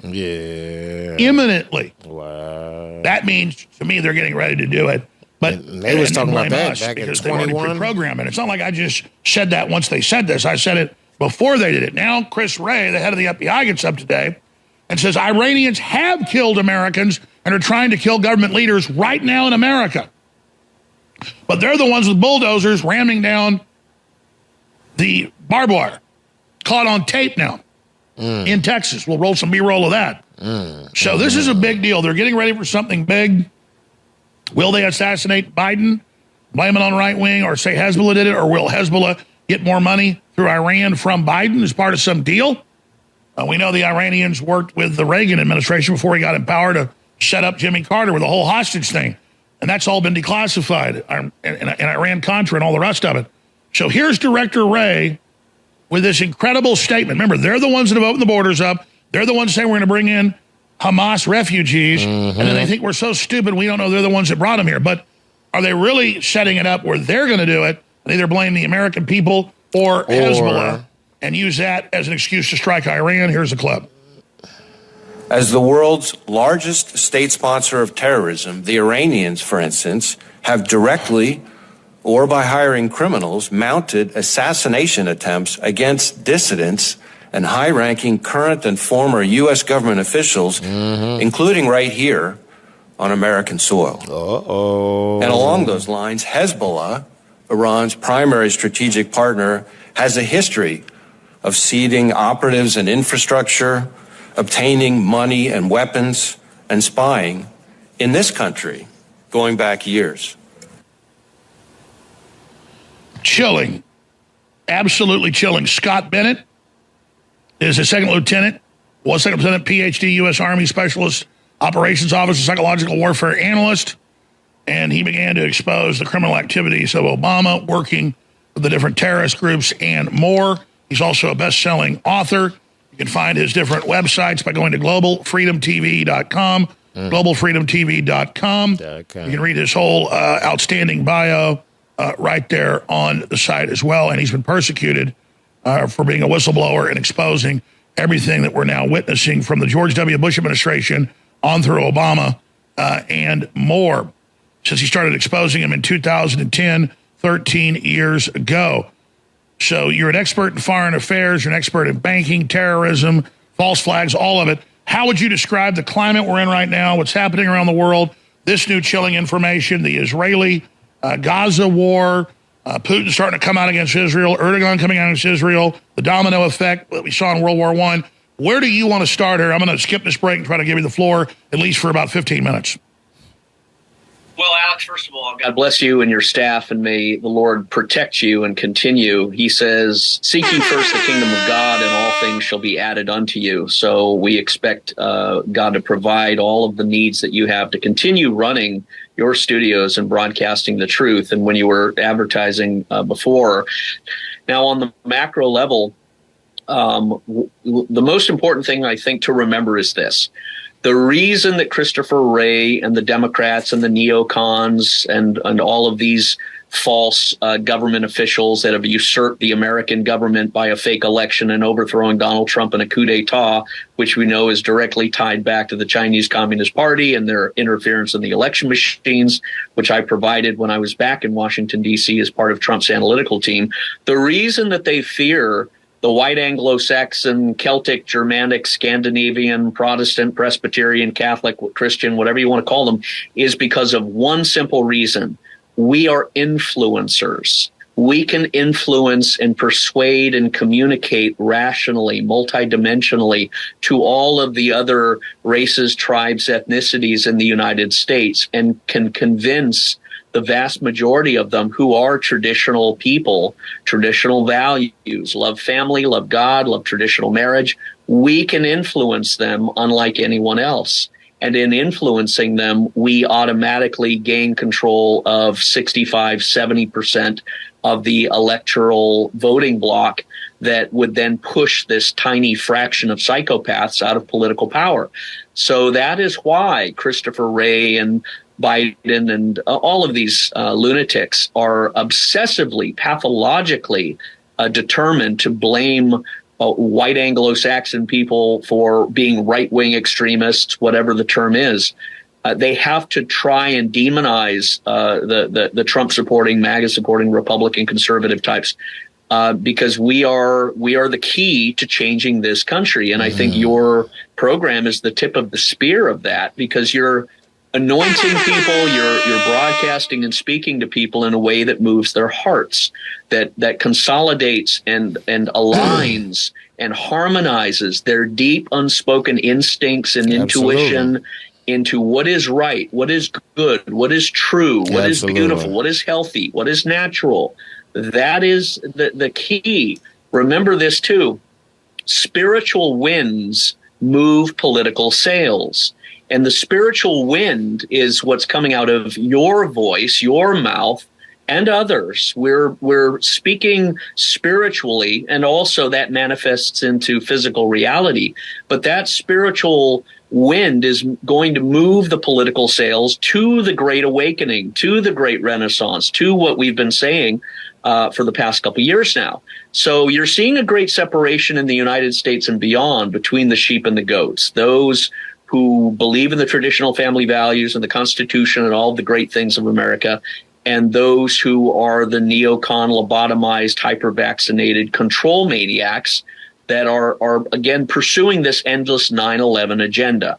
So I wanted to just capture what's happening in the United States is their desperation to try and knock out the key influencers of society, which is the conservatives. The other thing that they're doing, and you said it before as well, and we've said it, they are lining up Joe Biden for an assassination, but they will do it when Gavin Newsom is positioned into the vice presidency position. That's why he went over to China last week, is to divulge their larger macro plan. And I suspect they will appoint Gavin Newsom into Kamala Harris's position. They'll either move Kamala Harris into Dianne Feinstein's position, either removing by force, assassination, or persuasion the woman that currently was appointed there. And because Kamala Harris can't be the president of the United States, she's not a natural born citizen. They will put Gavin Newsom into the vice presidency, and then they will assassinate Joe Biden to move Gavin Newsom automatically into that position, and thereby develop the requisite hysteria, paranoia, fear, and chaos that they can institute another Boston Marathon bombing, a martial law scenario, like they did last week with the, I suspect, fake false flag shooter in Maine, where everyone who spoke at the podium afterwards did not have a Maine accent. That was very interesting to me. So I do suspect they're going to assassinate Joe Biden, move Gavin Newsom into that position. That is why Christopher Wray is pre-positioning the mentality of people to be prepared for an assassination. We said this. They're going to assassinate Biden and use that to try and suspend the 2024 election. And anyone that is of the opinion that the Constitution and the Republic and the rules and the laws forbid it, needs to recognize that the Constitution and our republic and our notions of what the United States is and should always be has been shattered by these violent, lunatic, neocon, Zionist, Democrat, whatever you want to call them, who have usurped power, and rhinos included, and are part of this establishment. So they are pre-positioning with PSYOPs both the demonization of the white Anglo-Saxon, Trump-supporting MAGA Republican individuals. They are pre-positioning Iran as the assassin of Joe Biden. I would suspect they even assassinate Zelensky. They may be doing it together. Sure. That's why they try to get Trump over there. But they are going to be engaging in hostility. We will never have a free and fair election in this country again until this current government is, by the constitutional means, overthrown, as the Declaration of Independence instructs. It says very specifically, when the government becomes tyrannical and destruction of your rights, it is the right and the duty of the people to overthrow such government and reconstitute one which seems fitting unto them. That is not a declaration of insurgency or a revolution or rebellion. That is an affirmation of the constitutional prescription for a government that has become tyrannical and unconstitutional, that has defied our ability to live as a republic. And the founders defined it, and it's even enshrined in multiple state legislations and state law, like in New Hampshire. It's called right to revolt. Yes. Yes, and we see that in their facilitation of an invasion across the southern borders by violating the civil rights of every Texan, New Mexican, Arizonan, Californian, and other citizens of the United States by this organized, planned invasion where they would bring in a third world population to turn America into a third world and unleash all sorts of chaos. I do suspect the sleeper cells, which I personally do not suspect Iran is having the Machiavellian strategic long-term aggression against the United States, because I've been to Iran several times and other countries in the Middle East. Well, they also know they get nuked off the map. So what I'm saying is clearly that they've been saying the right wing's going to kill Biden and they need to get rid of him. And now they say Iran's going to kill Biden. I mean, to me, that is just, it's so obvious they're getting ready to kill him.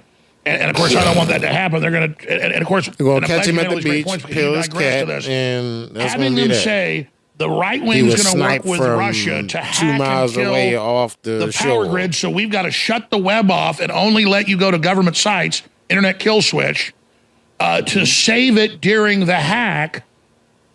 When Iran or somebody would actually hit the power point, 200 plus points where you can take the power off that way, which the government's refusing to harden.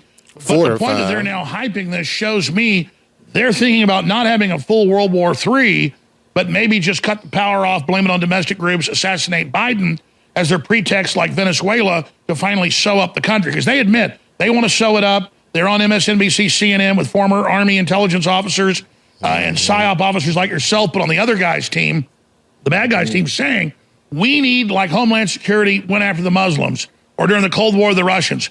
The right-wingers are the enemy. We've got to outlaw them. We've got to arrest them en masse. Those are quotes. They are literally selling dictatorship, totalitarian rule, because they're so weak. So can you speak to that and how we can navigate this and shut it down?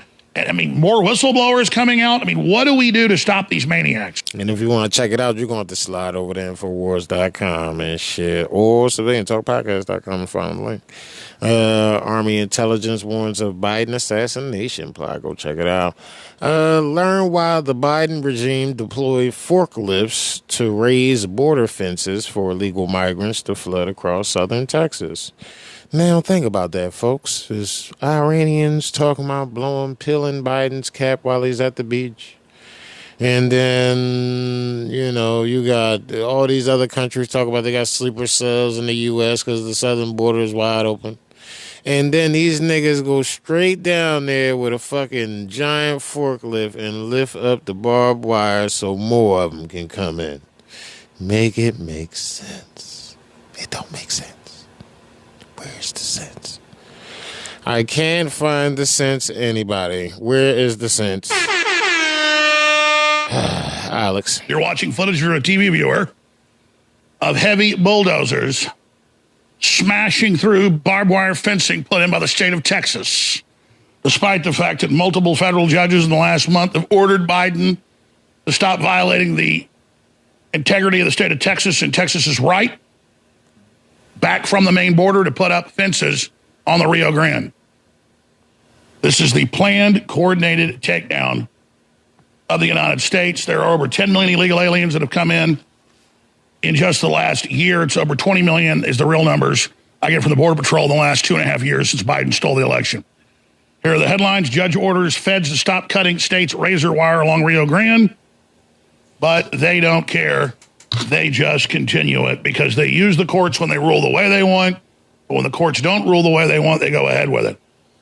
The human smuggling, the sex trafficking, the slave labor, it's all even confirmed by the New York Times and Senate reports, much worse than what they're reporting is actually going on. Hundreds of thousands of military-age men every couple of weeks are coming across from all over the world. And the same thing's being done to Europe as well. You already know. It's to destroy your country. I don't know why you guys are finding this hard to believe, or why you guys are seeing this as, one of those things again. You know how y'all do it. But, you know what? Before we let Alex finish this, we're actually going to cut, because by letting him sum it up on the back end, it's going to be so much more worth it and shit. So, explosives seized near the border and shit. This News Nation. Let's check it out.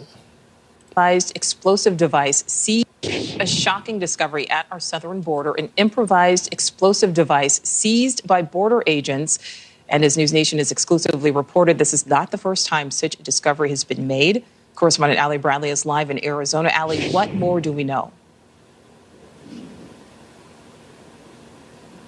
Yeah, hi, Nicole. So the Republican lawmakers are saying that Customs and Border Protection encountered migrants that were carrying IEDs the size of cannonballs just days before their visit. And Customs and Border Protection confirming IEDs. that over on the Mexico side, this also did happen, where migrants were found with IEDs. That is coming from Customs and Border Protection saying that happened on the Mexico side. Now, Mexican officials, again, encountering that. Damn, that look is at all the something that's been mags. happening Look at all over that here ammo. as well. And in September, Y'all talking about agents IEDs. actually Them recovered niggas a is backpack strapped. that was apparently abandoned by somebody coming over the southern border on Fronten Island. And inside of that backpack, what you can see there are what look to be like cannonball-sized IEDs. And you can mags, also see and ammunition in ammo. that backpack there. No migrants were on scene, according to Texas DPS, Of at the course time it wasn't of that no discovery. migrants. And back in May, I was exclusively reporting that explosive devices were found, carried in by people trying to cross the southern Improvised border. explosive So device, as tensions were running high back in IED. May with the end of Title 42 approaching, and News Nation exclusively confirming that this improvised explosive device was intercepted by CBP officials at an Arizona port of entry. This IED was made up using an M&M's container that was wrapped with electrical tape there. Now, during testimony yesterday, Department of Homeland Security Secretary Alejandro Mayorkas was being grilled over the number of people who have been seen on camera or in a bailout and never caught. Those are the so-called gotaways. He called the record numbers a phenomenon, and then when he was asked about plans to fix the issues, News Nation caught up with Secretary Mayorkas, and here's what happened. I believe, Senator, that number is over 600,000, and as I'm sure you are well aware, the phenomenon of gotaways is something that has been a challenge for the Department of Homeland Security for decades. In fact, it is a powerful example of a broken immigration system.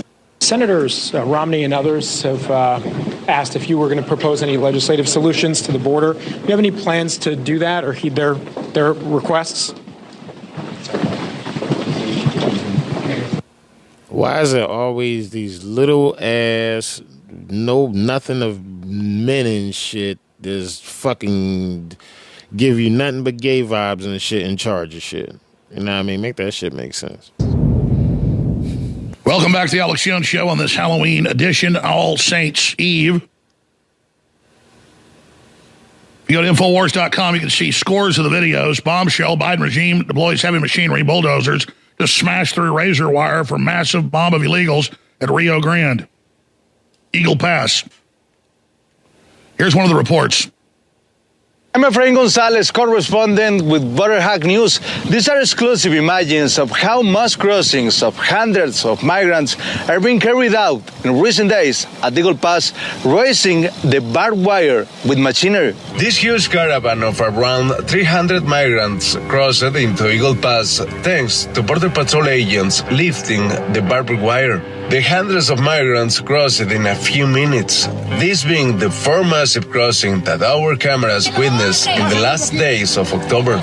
Previously, these caravans are sent to uninhabited areas of the Rio Grande, where Border Patrol awaits them with forklift tractors. Given these facilities, migrants say they prefer to cross the river instead of processing legal entry. ¿El plan cuál es ahora? ¿Cruzar por el río Bravo con sus niños o CBP One? Cruzar por el río Bravo y no, primeramente en el nombre de Dios. Se tarda mucho y nosotros no tenemos recursos para quedarnos. Somehow these large groups of migrants are informed about the place and time when the forklifts raise the barbed wire to cross in drops.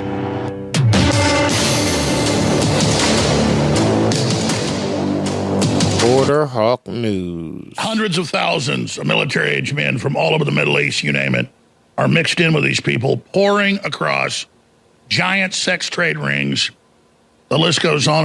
And there are, of course, hundreds of videos. Dozens come out a week where they go up and ask them, where are you going?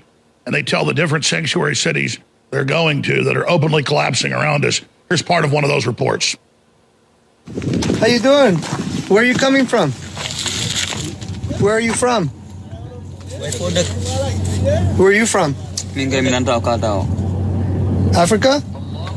Where? From where? Haiti, Mauritania, Senegal, where? Senegal, thank you. Where are you going? Where are you going?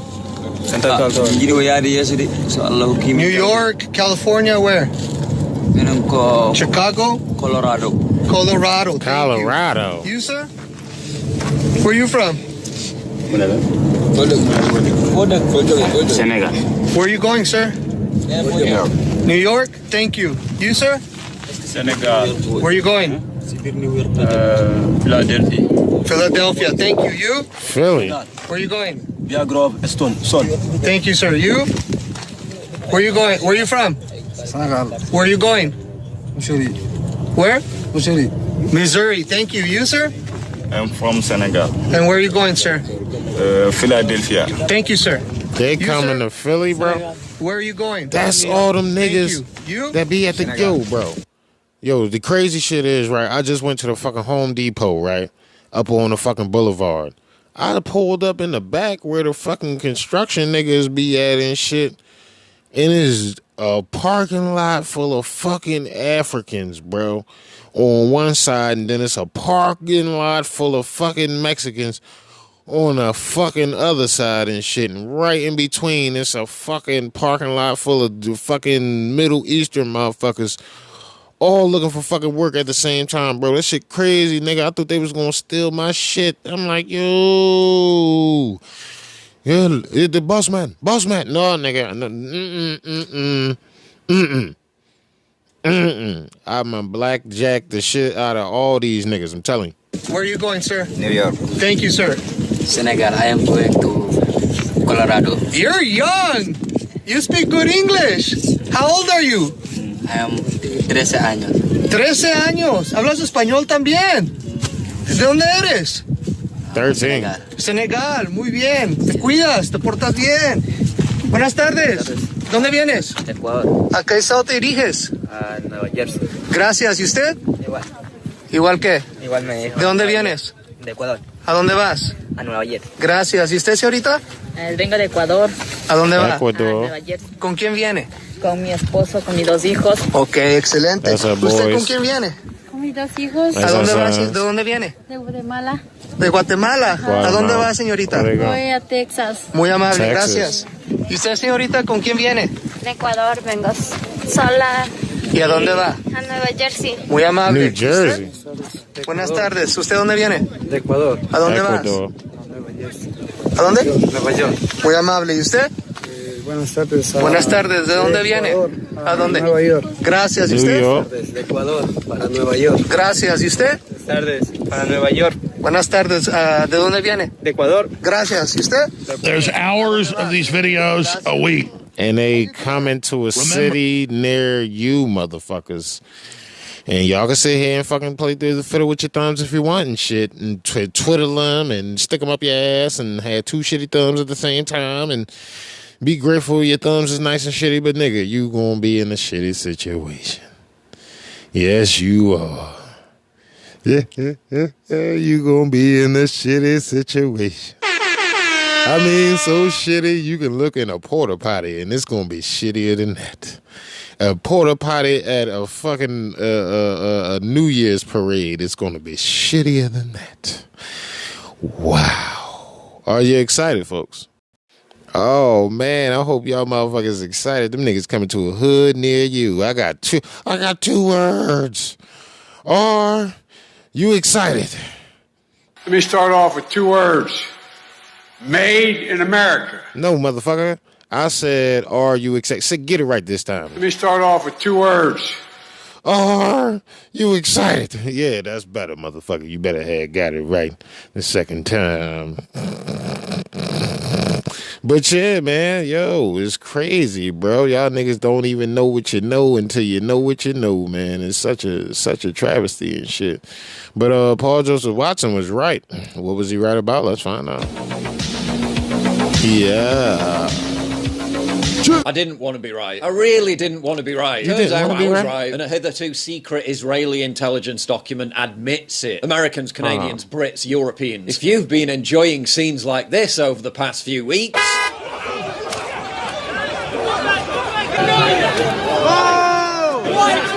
Well, get ready for a whole lot more. A leaked document penned by the Israeli Ministry of Intelligence reveals all. Their preferred option, according to this document, is the full, forcible and permanent transfer of the Gaza Strip's 2.2 million Palestinian residents. Initially to Egypt's Sinai Peninsula, and then to guess where? Countries in Europe, and especially the Mediterranean, Greece, Spain, which will be mandated to absorb and settle this vast quantity of people, along with Canada, which will also carry out the absorption of the population of Gaza and its settlement within the framework of the permissive immigration policy. And Canada not going to keep them. They just going to ship them to the U.S. and shit. That's cover to ship to the U.S. The document lays out how an aggressive public relations campaign will be ramped up in the Western world to promote the transfer plan. See, in the Western world.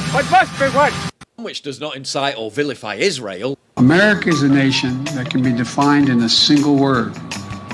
I was going to put him but which calls on the West to step up and take the refugees as a humanitarian necessity to prevent mass civilian humanitarian deaths. Black and white. Western Europe, Canada, and eventually the United States will once again, despite the unmitigated disaster when it occurred last time, be expected to take in millions of Middle Eastern refugees. What could possibly go wrong? Statistically, 57% of Gazans have a positive view of Hamas, which, whatever you think of Israel, is a terrorist group that slaughters innocent civilians to achieve its political aims. So that's another 1 million plus people minimum heading to the West who support an Islamic terror group. But is the document authentic? Well, unfortunately for us, it seems to be completely legitimate. First reported on in English by 972mag.com, which isn't some random website. It's a prominent news outlet in the region run by seasoned journalists, both Israelis and Palestinians. The report was also first released in Hebrew by partner site Local Call, which also verified the authenticity of the document. A source in the intelligence ministry confirmed to Local Call and Plus 972 that the document was authentic, that it was distributed to the defence establishment by the ministry's policy division, and that it was not supposed to reach the media. Does the existence of the document mean that the forcible transfer of 2.2 million Gazans to Canada, America and Europe will go ahead? Not necessarily. The government doesn't have to explicitly follow the plan. But given Benjamin Netanyahu's previous behaviour, it's a distinct possibility. Although it was subsequently scrapped, Bibi reached a deal with the UN back in 2018 to send 16,000 West African migrants to Western countries instead of deporting them back to their homelands. Only last month, Israel responded to migrant riots in Tel Aviv by vowing to deport all African migrants, every single always one. Come to your shit and fuck shit up. We're just going to lie back and take it as Israel dumps its problems on us once again. Pretty Exports much. its ethnic blood feuds to our streets. Pretty Streets much. that are already boiling over with rage and resentment as a direct result of the vast quantities of migrants from that region that we've already imported. Cold turkey may be great on sandwiches, but code PJW to get an additional 10% off your order. Now, back to the video. Turning back to the document in more detail. It recommends that Israel act to evacuate the civilian population to Sinai during the war, establish tent cities and later more permanent cities in the northern Sinai that will absorb the expelled population, and then create a sterile zone of several kilometres within Egypt and prevent the return of the population to activities residences near the border with Israel. At the same time, governments around the world, led by the United States, must be mobilized to implement the move. It also emphasizes how the Biden administration, which has not so far overtly said that Palestinian refugees will be settled in the US, will be a key player in overseeing this massive population transfer to the West. The document also says that the United States should be enlisted in the process to exert pressure on Egypt to absorb the Palestinian residents of Gaza, and that other European countries, particularly Greece and Spain as well as Canada, should help absorb and settle the Palestinian refugees. The Ministry of Intelligence said the document was not yet formally distributed to US officials, but only to the Israeli government and security agencies. It also makes clear that the Palestinians will not be allowed to return. Don't forget, both Jordan and Egypt have made it very clear that they'll refuse to take in any Palestinian refugees so for any America length of time, give them reparations? on a very temporary basis, before they're quickly dispatched to Western Europe, Canada and the United States.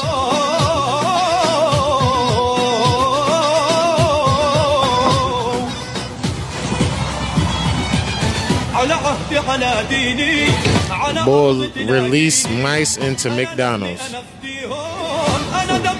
Purple, green, blue. أنا دمي فلسطيني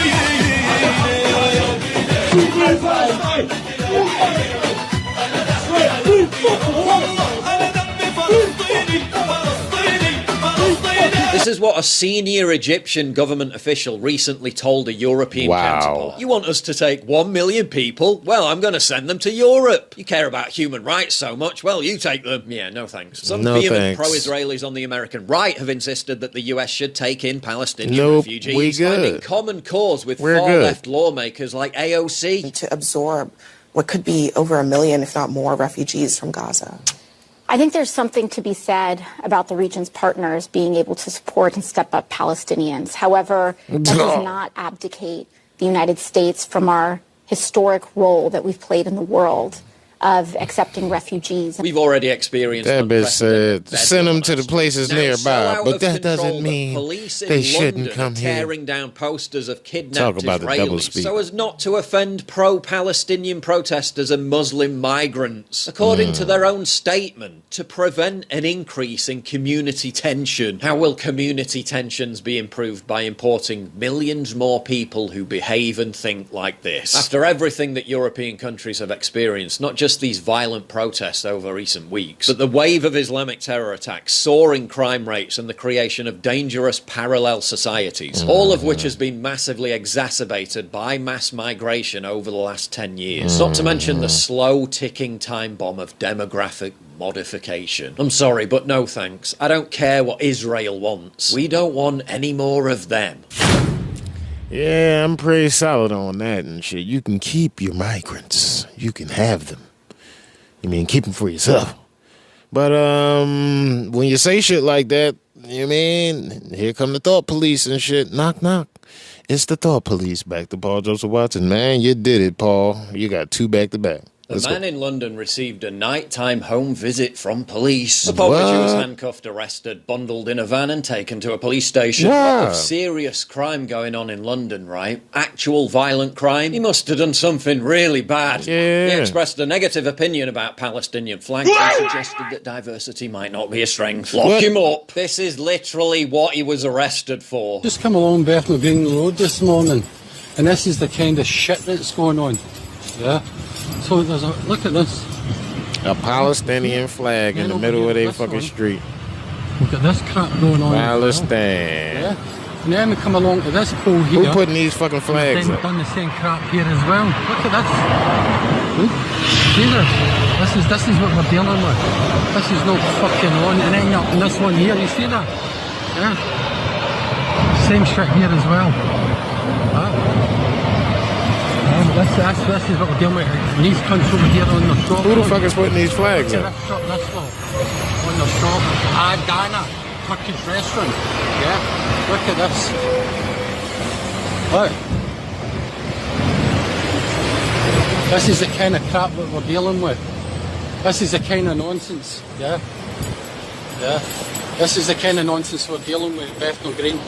You let them into the country, and this is the shite they come up with. And here's what happened. They take over your shit. You let them in, they take it over. Barring the Belgian impose you do not attend any events involved with Palestine, okay? Oh. The reasons why we did this is on the 17th of the 10th of 2023, on Bethnal Green Road at 10:04, you were witnesses saying, obviously, people...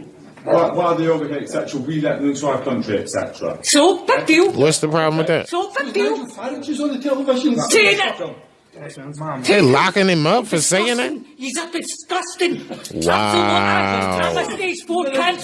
Locking him up? Make a scene of shoes. Shoes make the scene. You're arresting him. Yo, you gotta see the other boy face here. A terrorist organisation. Okay, you don't know what you're talking about. John, have a custody. Did you hear that? What?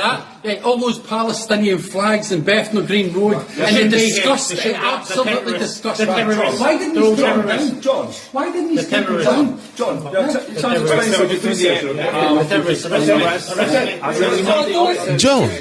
John, what you're saying is very offensive. What you're saying, offensive. Alright, nigga, you suck my whole dick, nigga. They talk about it's offensive, nigga. Fuck out of here. Y'all locking niggas up. They seen the nigga on camera, on the Ave, talking shit about Palestine flags. And this nigga got locked the fuck up. Man, talk about Palestine privilege. What about Palestine privilege? You can't have an opinion in this country. Political force on there. You know there are Palestinian flags flying down Refugee Road, and these guys are actually taking you down to the police station. Has he got any medication? Yes, diversity so obviously. Is he on medication? The police will be sent round to your house at night to take you away. What kind of medication? It might not be. Once again, we observe how free speech privileges are being allocated based on demographics, ethnicity, and belief. So you can't have a negative opinion about Palestinian flags. You can't have a negative opinion about LGBT flags. You can't bring an England flag to a protest. You can't bring a Union Jack flag to a protest. You can't put up posters of kidnapped children. They're all grossly offensive activities and potentially arrestable, but you can call for jihad. The only solution is jihad. You can literally praise Hamas, a prescribed terrorist group, and you can carry flags that represent Islamic terrorist groups. Yep. Don't you dare film a video complaining about Palestinian flags. You better fucking not. Facebook. Otherwise, you might get a nighttime knock on the door from the Thought Police. Don't forget, this same police force and others across the country are now being ordered to remove posters of missing Israelis because it might offend Muslims and pro-Palestine. It'll offend Muslims. White British man voices disapproval of Palestinian flag because he is white British, lowering sound like Muslim privilege. He's arresting him, not removing the flag. If you had a British flag, the way to lower community tensions is to remove the flag. There is no rule of law, only fear. Everyone's talking about this in the context of the Palestinian flag comment, but they make it clear in the video that the actual reason for this guy being arrested was for expressing the opinion that immigration to the UK has been too high. That's now verboten, at least if you live in a diverse area of the country. Yeah. Again, this is all happening under Very a conservative government, which the left still laughably claims is far right. Imagine how much worse it's going to get when Labour gets into power. The Institute of Economic Affairs found that they're largely just ignoring hate crimes against white people altogether, while vigorously prosecuting speech which offends, well, I would say ethnic minorities. But in London and other major cities, white Brits are now a minority themselves. Especially in Bethnal Green, where this egregious thought crime took place, where white people number fewer than 30% of the population. And that goes a long way to explain why all this is happening in the first place. Cause anything goes and shit. Speaking of anything goes and shit, we have some very courageous young people standing up for what they believe in. My wife was like, oh, you always got bad news to tell people. What's the good news? So this is actually a bright spot in the show tonight. High school students stage a walkout, call on the school board to reinstate girls only and boys only restrooms. Now, she was like, I guess that's good news. I mean, bro, in a world full of fucked up, upside down world shit, you got to take your wins where you can get them and shit. I mean, okay, it's not the best news and shit, but, you know, I mean, look, you know, you got dudes out there talking about my testicles don't make me no less of a woman and shit. You want to do that? Or you want to be happy that these kids are fucking standing up to the dude with the woman with testicles and shit? You know what I'm saying? But high school students in Loudoun County, Virginia, staged a walkout protest calling on their school board to reinstate separate bathrooms for boys and girls. The incident unfolded Wednesday as roughly 50 to 100 students in Will Grove High School demonstrated against the district-wide policy known as Policy 8040, which allows transgender students to access bathrooms of gender which they identify. Footage shows students at the school singing the Star Spangled Banner in unison. Let's check it out.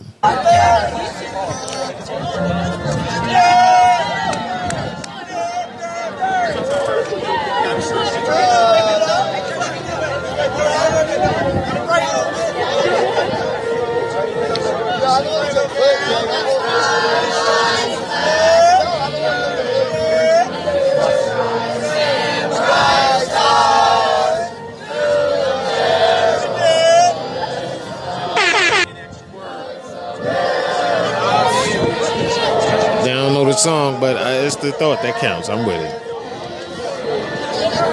And the rockets regular, the bombs bursting in air, gave proof through the night that our flag was still there.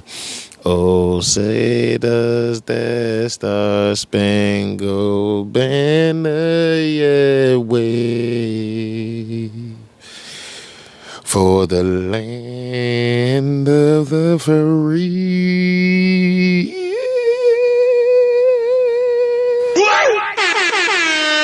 and the home of the brave.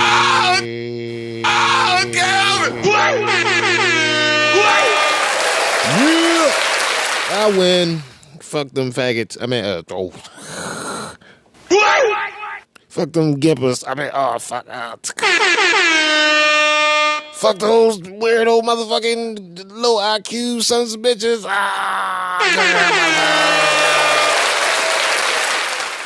Retardos. That's what they are. You want to see a retardo? I'll show you a retardo when you see one. You know what I'm saying? Don't take no rocket scientist to see a retardo lingering. They be around too. You be like, oh, is that a retardo? Yes, it is. Ricky Retardo. High school students. Let's check it out. Let's go! They singing the Star Spangled Banner again, man. Listen, man. Parent schools, school boards over danger of transgender restrooms.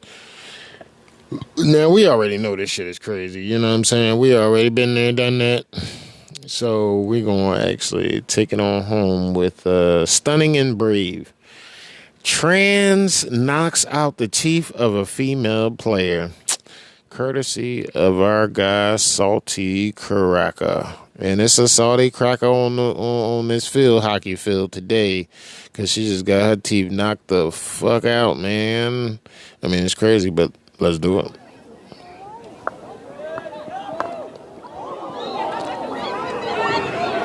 Damn. Hold on. Let me see. Uh-oh. Ooh. Oh, damn. Ouch.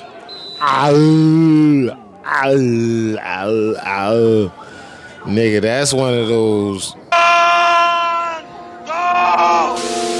to the chopper! That chick is picking her teeth up off the ground. Oh, Essays. What you shit. just saw there was You heard that field shit go. hockey. Now, in my days, field hockey was separated out. We had boys field hockey and we had girls field hockey.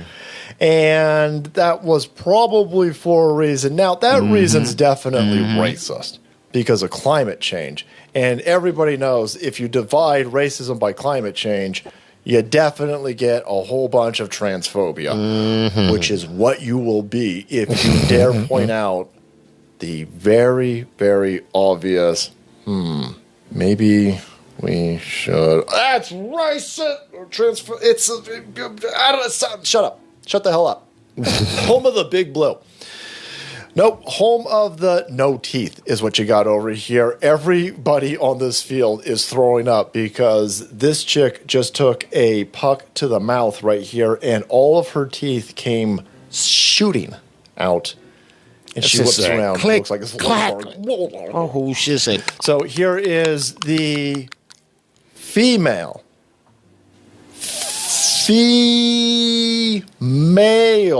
with the nuts. Got some nuts. Hockey player, field hockey, of course, identifying as field hockey. And Zerb is going to launch a hot pocket right into this chick's face. Not a hot pocket. That's terrible. Sorry. How could you? As one can both imagine. But there he goes. All of her teeth. Look, she's like, oh no. Oh no. Who dropped all of these chiclets? Oh, those are my teeth. Why are my teeth all over the ground? Oh! The 6'2", 230-pound Zerb just launched a puck into my teeth. This poor girl is now picking her teeth off the ground. Everybody is throwing up. And every single one of these chicks right here and their stupid, filthy ovaries are now on a list. Because the true victim, everybody knows, in this situation is the dude. Is the poor, stunning, and brave dude. 6'2", 230-pound dude. Stick shift transmission. Who is now on the receiving end of hate mail? Well, you ain't gonna fucking teeth out. I think the other chick's probably the victim in this situation. No, you don't understand because you're racism. Yeah. I mean, a climate change. I mean, what? You don't believe the science? Shut the fuck up. This nigga said. Charlie Kirk, a male player who identifies as a female, reportedly knocks out the teeth of a female player at an all-girls field hockey high school game in Swampscott, Massachusetts.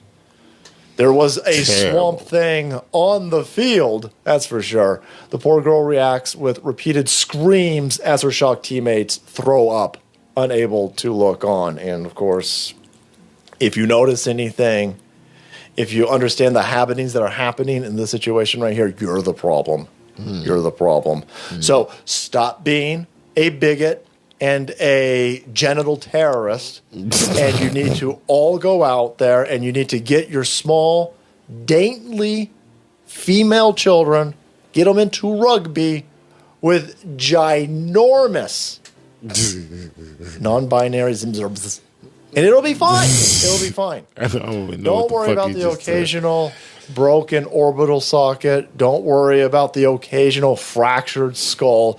Don't worry about the torn ligaments, the busted ACLs. Don't worry about the full-blown Hunter Biden mouth that this poor chick has at this point. Because if you do, you're the problem. You're the problem. No, I don't think any of this shit happened a few years ago. It's almost like liberalism is a mental disorder meant to destroy the fabric of our society. Oh, that's because I'm right. Oh, okay. Anyhow, there you have it, boys. And you know what else is true, and it fits with this so perfectly. If I were the devil, if I were the prince of darkness, I'd want to engulf the whole world in darkness, and I'd have 1/3 of its real estate and 4/5 of its population, but I wouldn't be happy until I had seized the ripest apple on the tree, thee. So I'd set about, however necessary, to take over the United States. I'd subvert the churches first. I'd begin with a campaign of whispers. With the wisdom of a serpent, I would whisper to you as I whispered to Eve, do as you please. To the young, I would whisper that the Bible is a myth. I would convince them that man created God instead of the other way around. I would confide that what's bad is good and what's good is square. And the old I would teach to pray after me, Our Father, which art in Washington. And then I'd get organized. I'd educate authors in how to make lurid literature exciting so that anything else would appear dull and uninteresting. I'd threaten TV with dirtier movies and vice versa. I'd peddle narcotics to whom I could. I'd sell alcohol to ladies and gentlemen of distinction. I'd tranquilize the rest with pills. If I were the devil, I'd soon have families at war with themselves, churches at war with themselves, and nations at war with themselves, until each in its turn was consumed. And with promises of higher ratings, I'd have mesmerizing media fanning the flames. If I were the devil, I would encourage schools to refine young intellects, but neglect to discipline emotions. Just let those run wild. Until before you knew it, you'd have to have drug-sniffing dogs and metal detectors at every schoolhouse door. Within a decade, I'd have prisons overflowing. I'd have judges promoting pornography. Soon I could evict God from the courthouse, then from the schoolhouse, and then from the houses of Congress. And in his own churches, I would substitute psychology for religion and deify science. I would lure priests and pastors into misusing boys and girls and church money. If I were the devil, I'd make the symbol of Easter an egg and the symbol of Christmas a bottle. If I were the devil, I'd take from those who have and give to those who wanted until I had killed the incentive of the ambitious. And what'll you bet? I couldn't get whole states to promote gambling as the way to get rich. I would caution against extremes in hard work, in patriotism, in moral conduct. I would convince the young that marriage is old-fashioned, that swinging is more fun, that what you see on TV is the way to be. And thus I could undress you in public, and I could lure you into bed with diseases for which there is no cure. In other words, if I were the devil, I'd just keep right on doing what he's doing. Pretty much. You know, keep on giving you the transgenderisms and the wokeisms and the prides and all that cool ass shit, and the abortions and the swinging and the fucking infidelity in your marriage and shit. And all you're doing is serving up your soul on a platter for him to destroy you, you know? And it is what it is. You feel me? And I feel bad for you, but I don't feel bad for you at the same time. You know what I'm saying? Look over there or over there. Either way, just look. But, yeah, man, I'm going to get the fuck up out of here. I'm going to come back on the other side and shit, give you even more when I close out and shit. But I love y'all so much, man. I'm glad y'all stuck around for the whole show, man. Appreciate y'all being willing to learn something, listen, and laugh and shit. You know what I'm saying? That's, y'all already know that's like the best part of my job right there, is to have great conversations and dialogues with the people I care about the most, you guys. You know, that's, you know, somebody gonna say, well, don't you got a family? I'm not, come on, man. Like, don't be a fucking idiot. You know what I'm saying? Like, everybody know my family is over everybody. God is over my family is over everybody else, and then it's you guys. You mean, y'all the family that's not related to me and shit by blood. You mean? So I appreciate y'all. I love y'all. And I'm going to come back on the other side to give y'all even more of this shit. So don't move your motherfucking switch. I said don't move your motherfucking switch. I said don't move it. Here's your boy.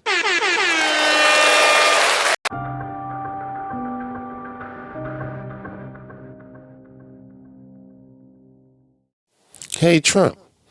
Are you the MAGA king?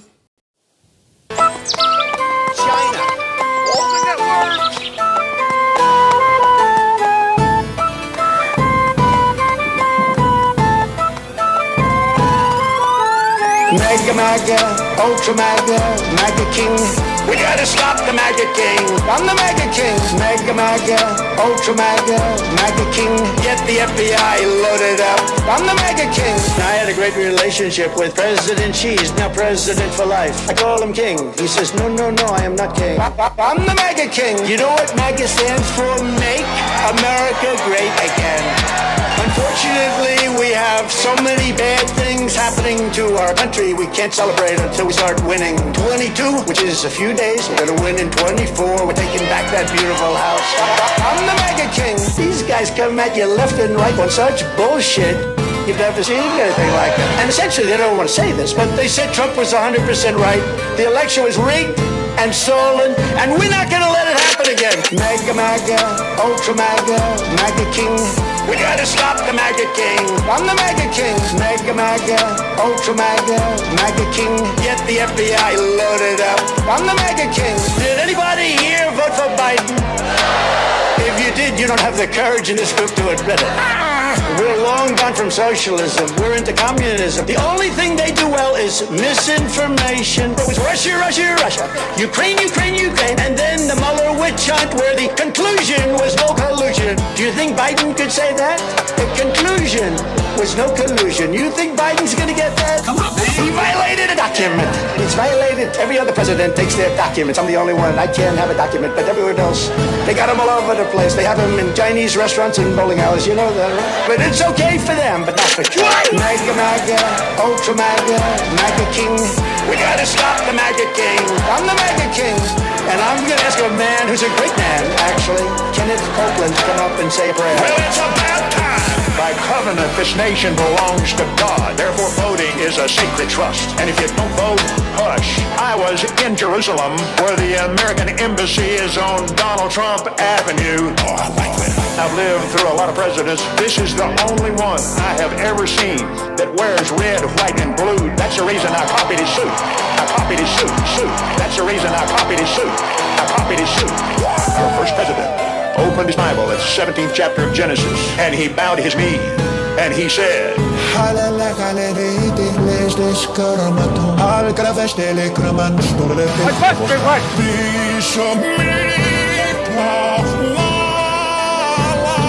the MAGA King. MAGA, Ultra MAGA, MAGA King. We gotta stop the MAGA King. I'm the MAGA King.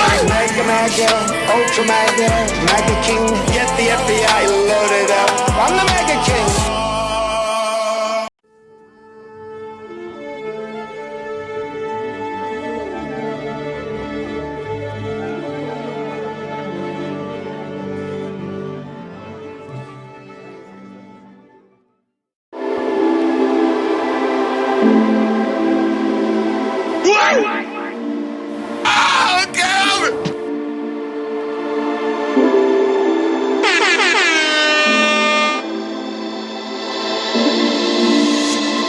And we back. What's good, folks, man? I want to say thanks for listening to the show, man. Thanks for coming through, hanging with your boy, man. Thanks for being willing to learn something. Thanks for being willing to hang out with us and shit and chill and, you know, absorb some knowledge, some information from some highly credible sources. You know what I'm saying? And the thing is, the globalists are, you mean, banking on the fact that you're going to think that's a conspiracy theory and not an actual conspiracy and try to stop them.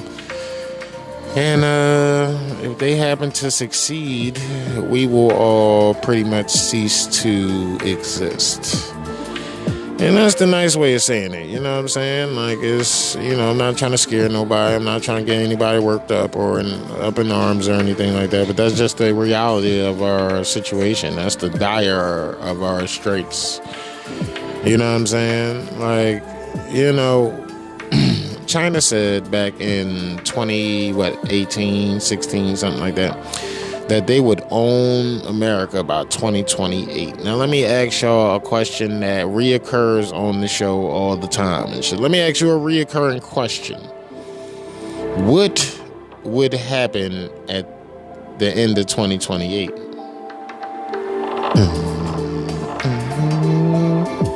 I'll wait to... Okay, let me make it easier for you.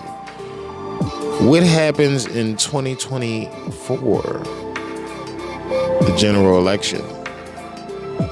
And when would the next election be taking place? 2028. So if you don't understand that they are rigging the election so they can give the country away to foreign governments and shit, then I feel bad for you. Because when it's all said and done and the shit hit the fan, you are going to be the worst off.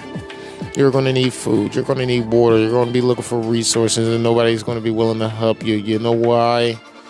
Because you're going to be a liability. You're going to be a hindrance. We will all know that you were the stupid one by the fact that you have no body armor on, no pistol in hand, no security, no nothing, and you're out here scavenging for food. That jackass deserves to die of hunger. I'm just saying, man. You know what I'm saying? I'm not wishing anything bad on anybody. I'm just saying, if that was, you know, had the happening stance of someone, then that person deserves exactly what the fuck they get. You know, like, I mean, it doesn't take, you know, a rocket scientist to figure out that this is a bad move for you not to start preparing yourself and shit. FEMA not coming. Gov not coming. You know what I'm saying? They just avoiding shutdowns. Come on. Like, think about it. It's about to be over, folks. You mean BRICS is trying to outdo the dollar, everybody buying gold, but you. Everyone is buying gold, but you. So sad. You know what I'm saying? But, you know, keep your head up, keep doing your thing, keep letting it hang and swing and shit, man. I fucking love y'all, dog. Sorry about the last 2 shows again. We will be on like what, episode 385. We'd probably be way further than that if I combine all the episodes I missed over the course of what, the 4.5 years and shit. You know what I mean? Fucking, I'm just so blessed to be here. I fucking love you guys. I really appreciate y'all. Just keep doing yourself a service. Keep learning. Please support the show on Cash App and PayPal, Mr. PI55. Please continue to push us further into the future. Thank you for all your donations. Thank you for all your sponsorships. Thank you for just being you. Thank you for wanting to help save humanity and shit. Thank you for that. And I really appreciate you. And I want you to know that if nobody cared about you, if nobody told you they gave a fuck about you, I give a fuck about you. And I love you. All right? So keep your fucking head up. Keep doing your thing. Keep letting it hang and swing. I know it's not easy being greasy, but fuck it. I'm greasy. You feel me? Because I like the hard shit. I like taking the hard road. You feel me? Rolling with God is the hard road. Rolling with Satan is easy. Why? Because sin is in. You feel me? Being unsinful is out. But being in sin is in. If you're of this world, you are the shit. But if you have some type of godly morals and ethics and standings, then you ain't shit. Is it amazing how that works out? Is it? Really? Oh. Fucking love y'all, man. Just keep your head up, man. Keep me in your prayers and shit. And keep supporting the show, man. You know what I'm saying? We need some equipment. I need 2 more microphones. I need some wire. I need a new interface and shit. My interface is like not too far from like y'all gonna start hearing that John and shit. And I kind of got it perfectly right now, so ain't no movement in it, John. So ain't no static, but we're going to start getting some static in the next couple of months. So if you're thinking about a good Christmas gift, you know what I mean, MRPI55 at Cash App and PayPal. You already know. And it's your boy, Mr. P.I., bring you that civilian talk. Please wake up American news, because if we don't wake up today, we may not have an America to wake up to tomorrow. And y'all know what I normally say after that. It seems like it's coming more and more realistic. You know what I'm saying? And thank you. I fucking love y'all. And until next time, it's your boy.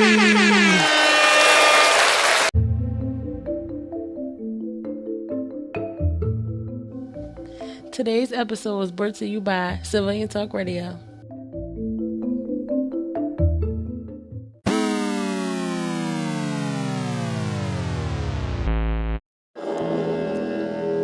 In the year 2020, we have seen COVID lockdowns, mandatory COVID mandates, COVID vaccines that kill people, COVID vaccines that maim people, COVID vaccines that sterilize folks, all mandatory in the name of quack science.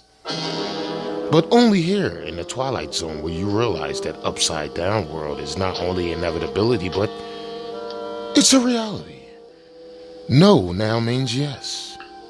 Yes now means no. Upside down now means right side up. Being good now means being treacherously bad. Being bad means being unquestionably good.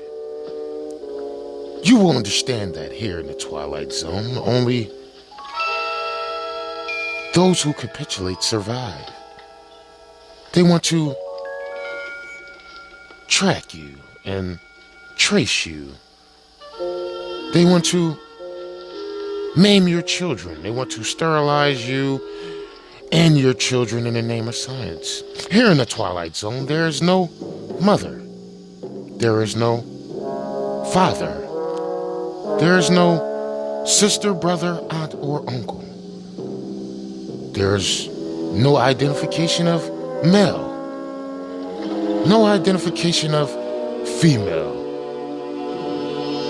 All in the name of tolerance, diversity, acceptance, and inclusion to push an agenda of dehumanity and transhumanism.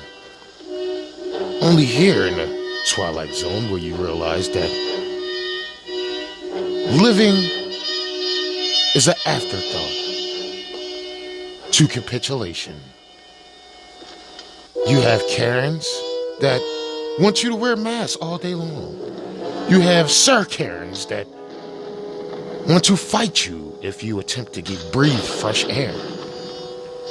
You have presidents that want to overrun your country with illegal immigrants, although you have a 95% complete border wall. You have vice presidents that cackle at the idea of immigrants and asylum seekers are being raped, ravaged, and murdered to reach a country that is so far away that it can be thought of as out of this world. You will hear more, but only here in Upside Down World. The Upside Down World we call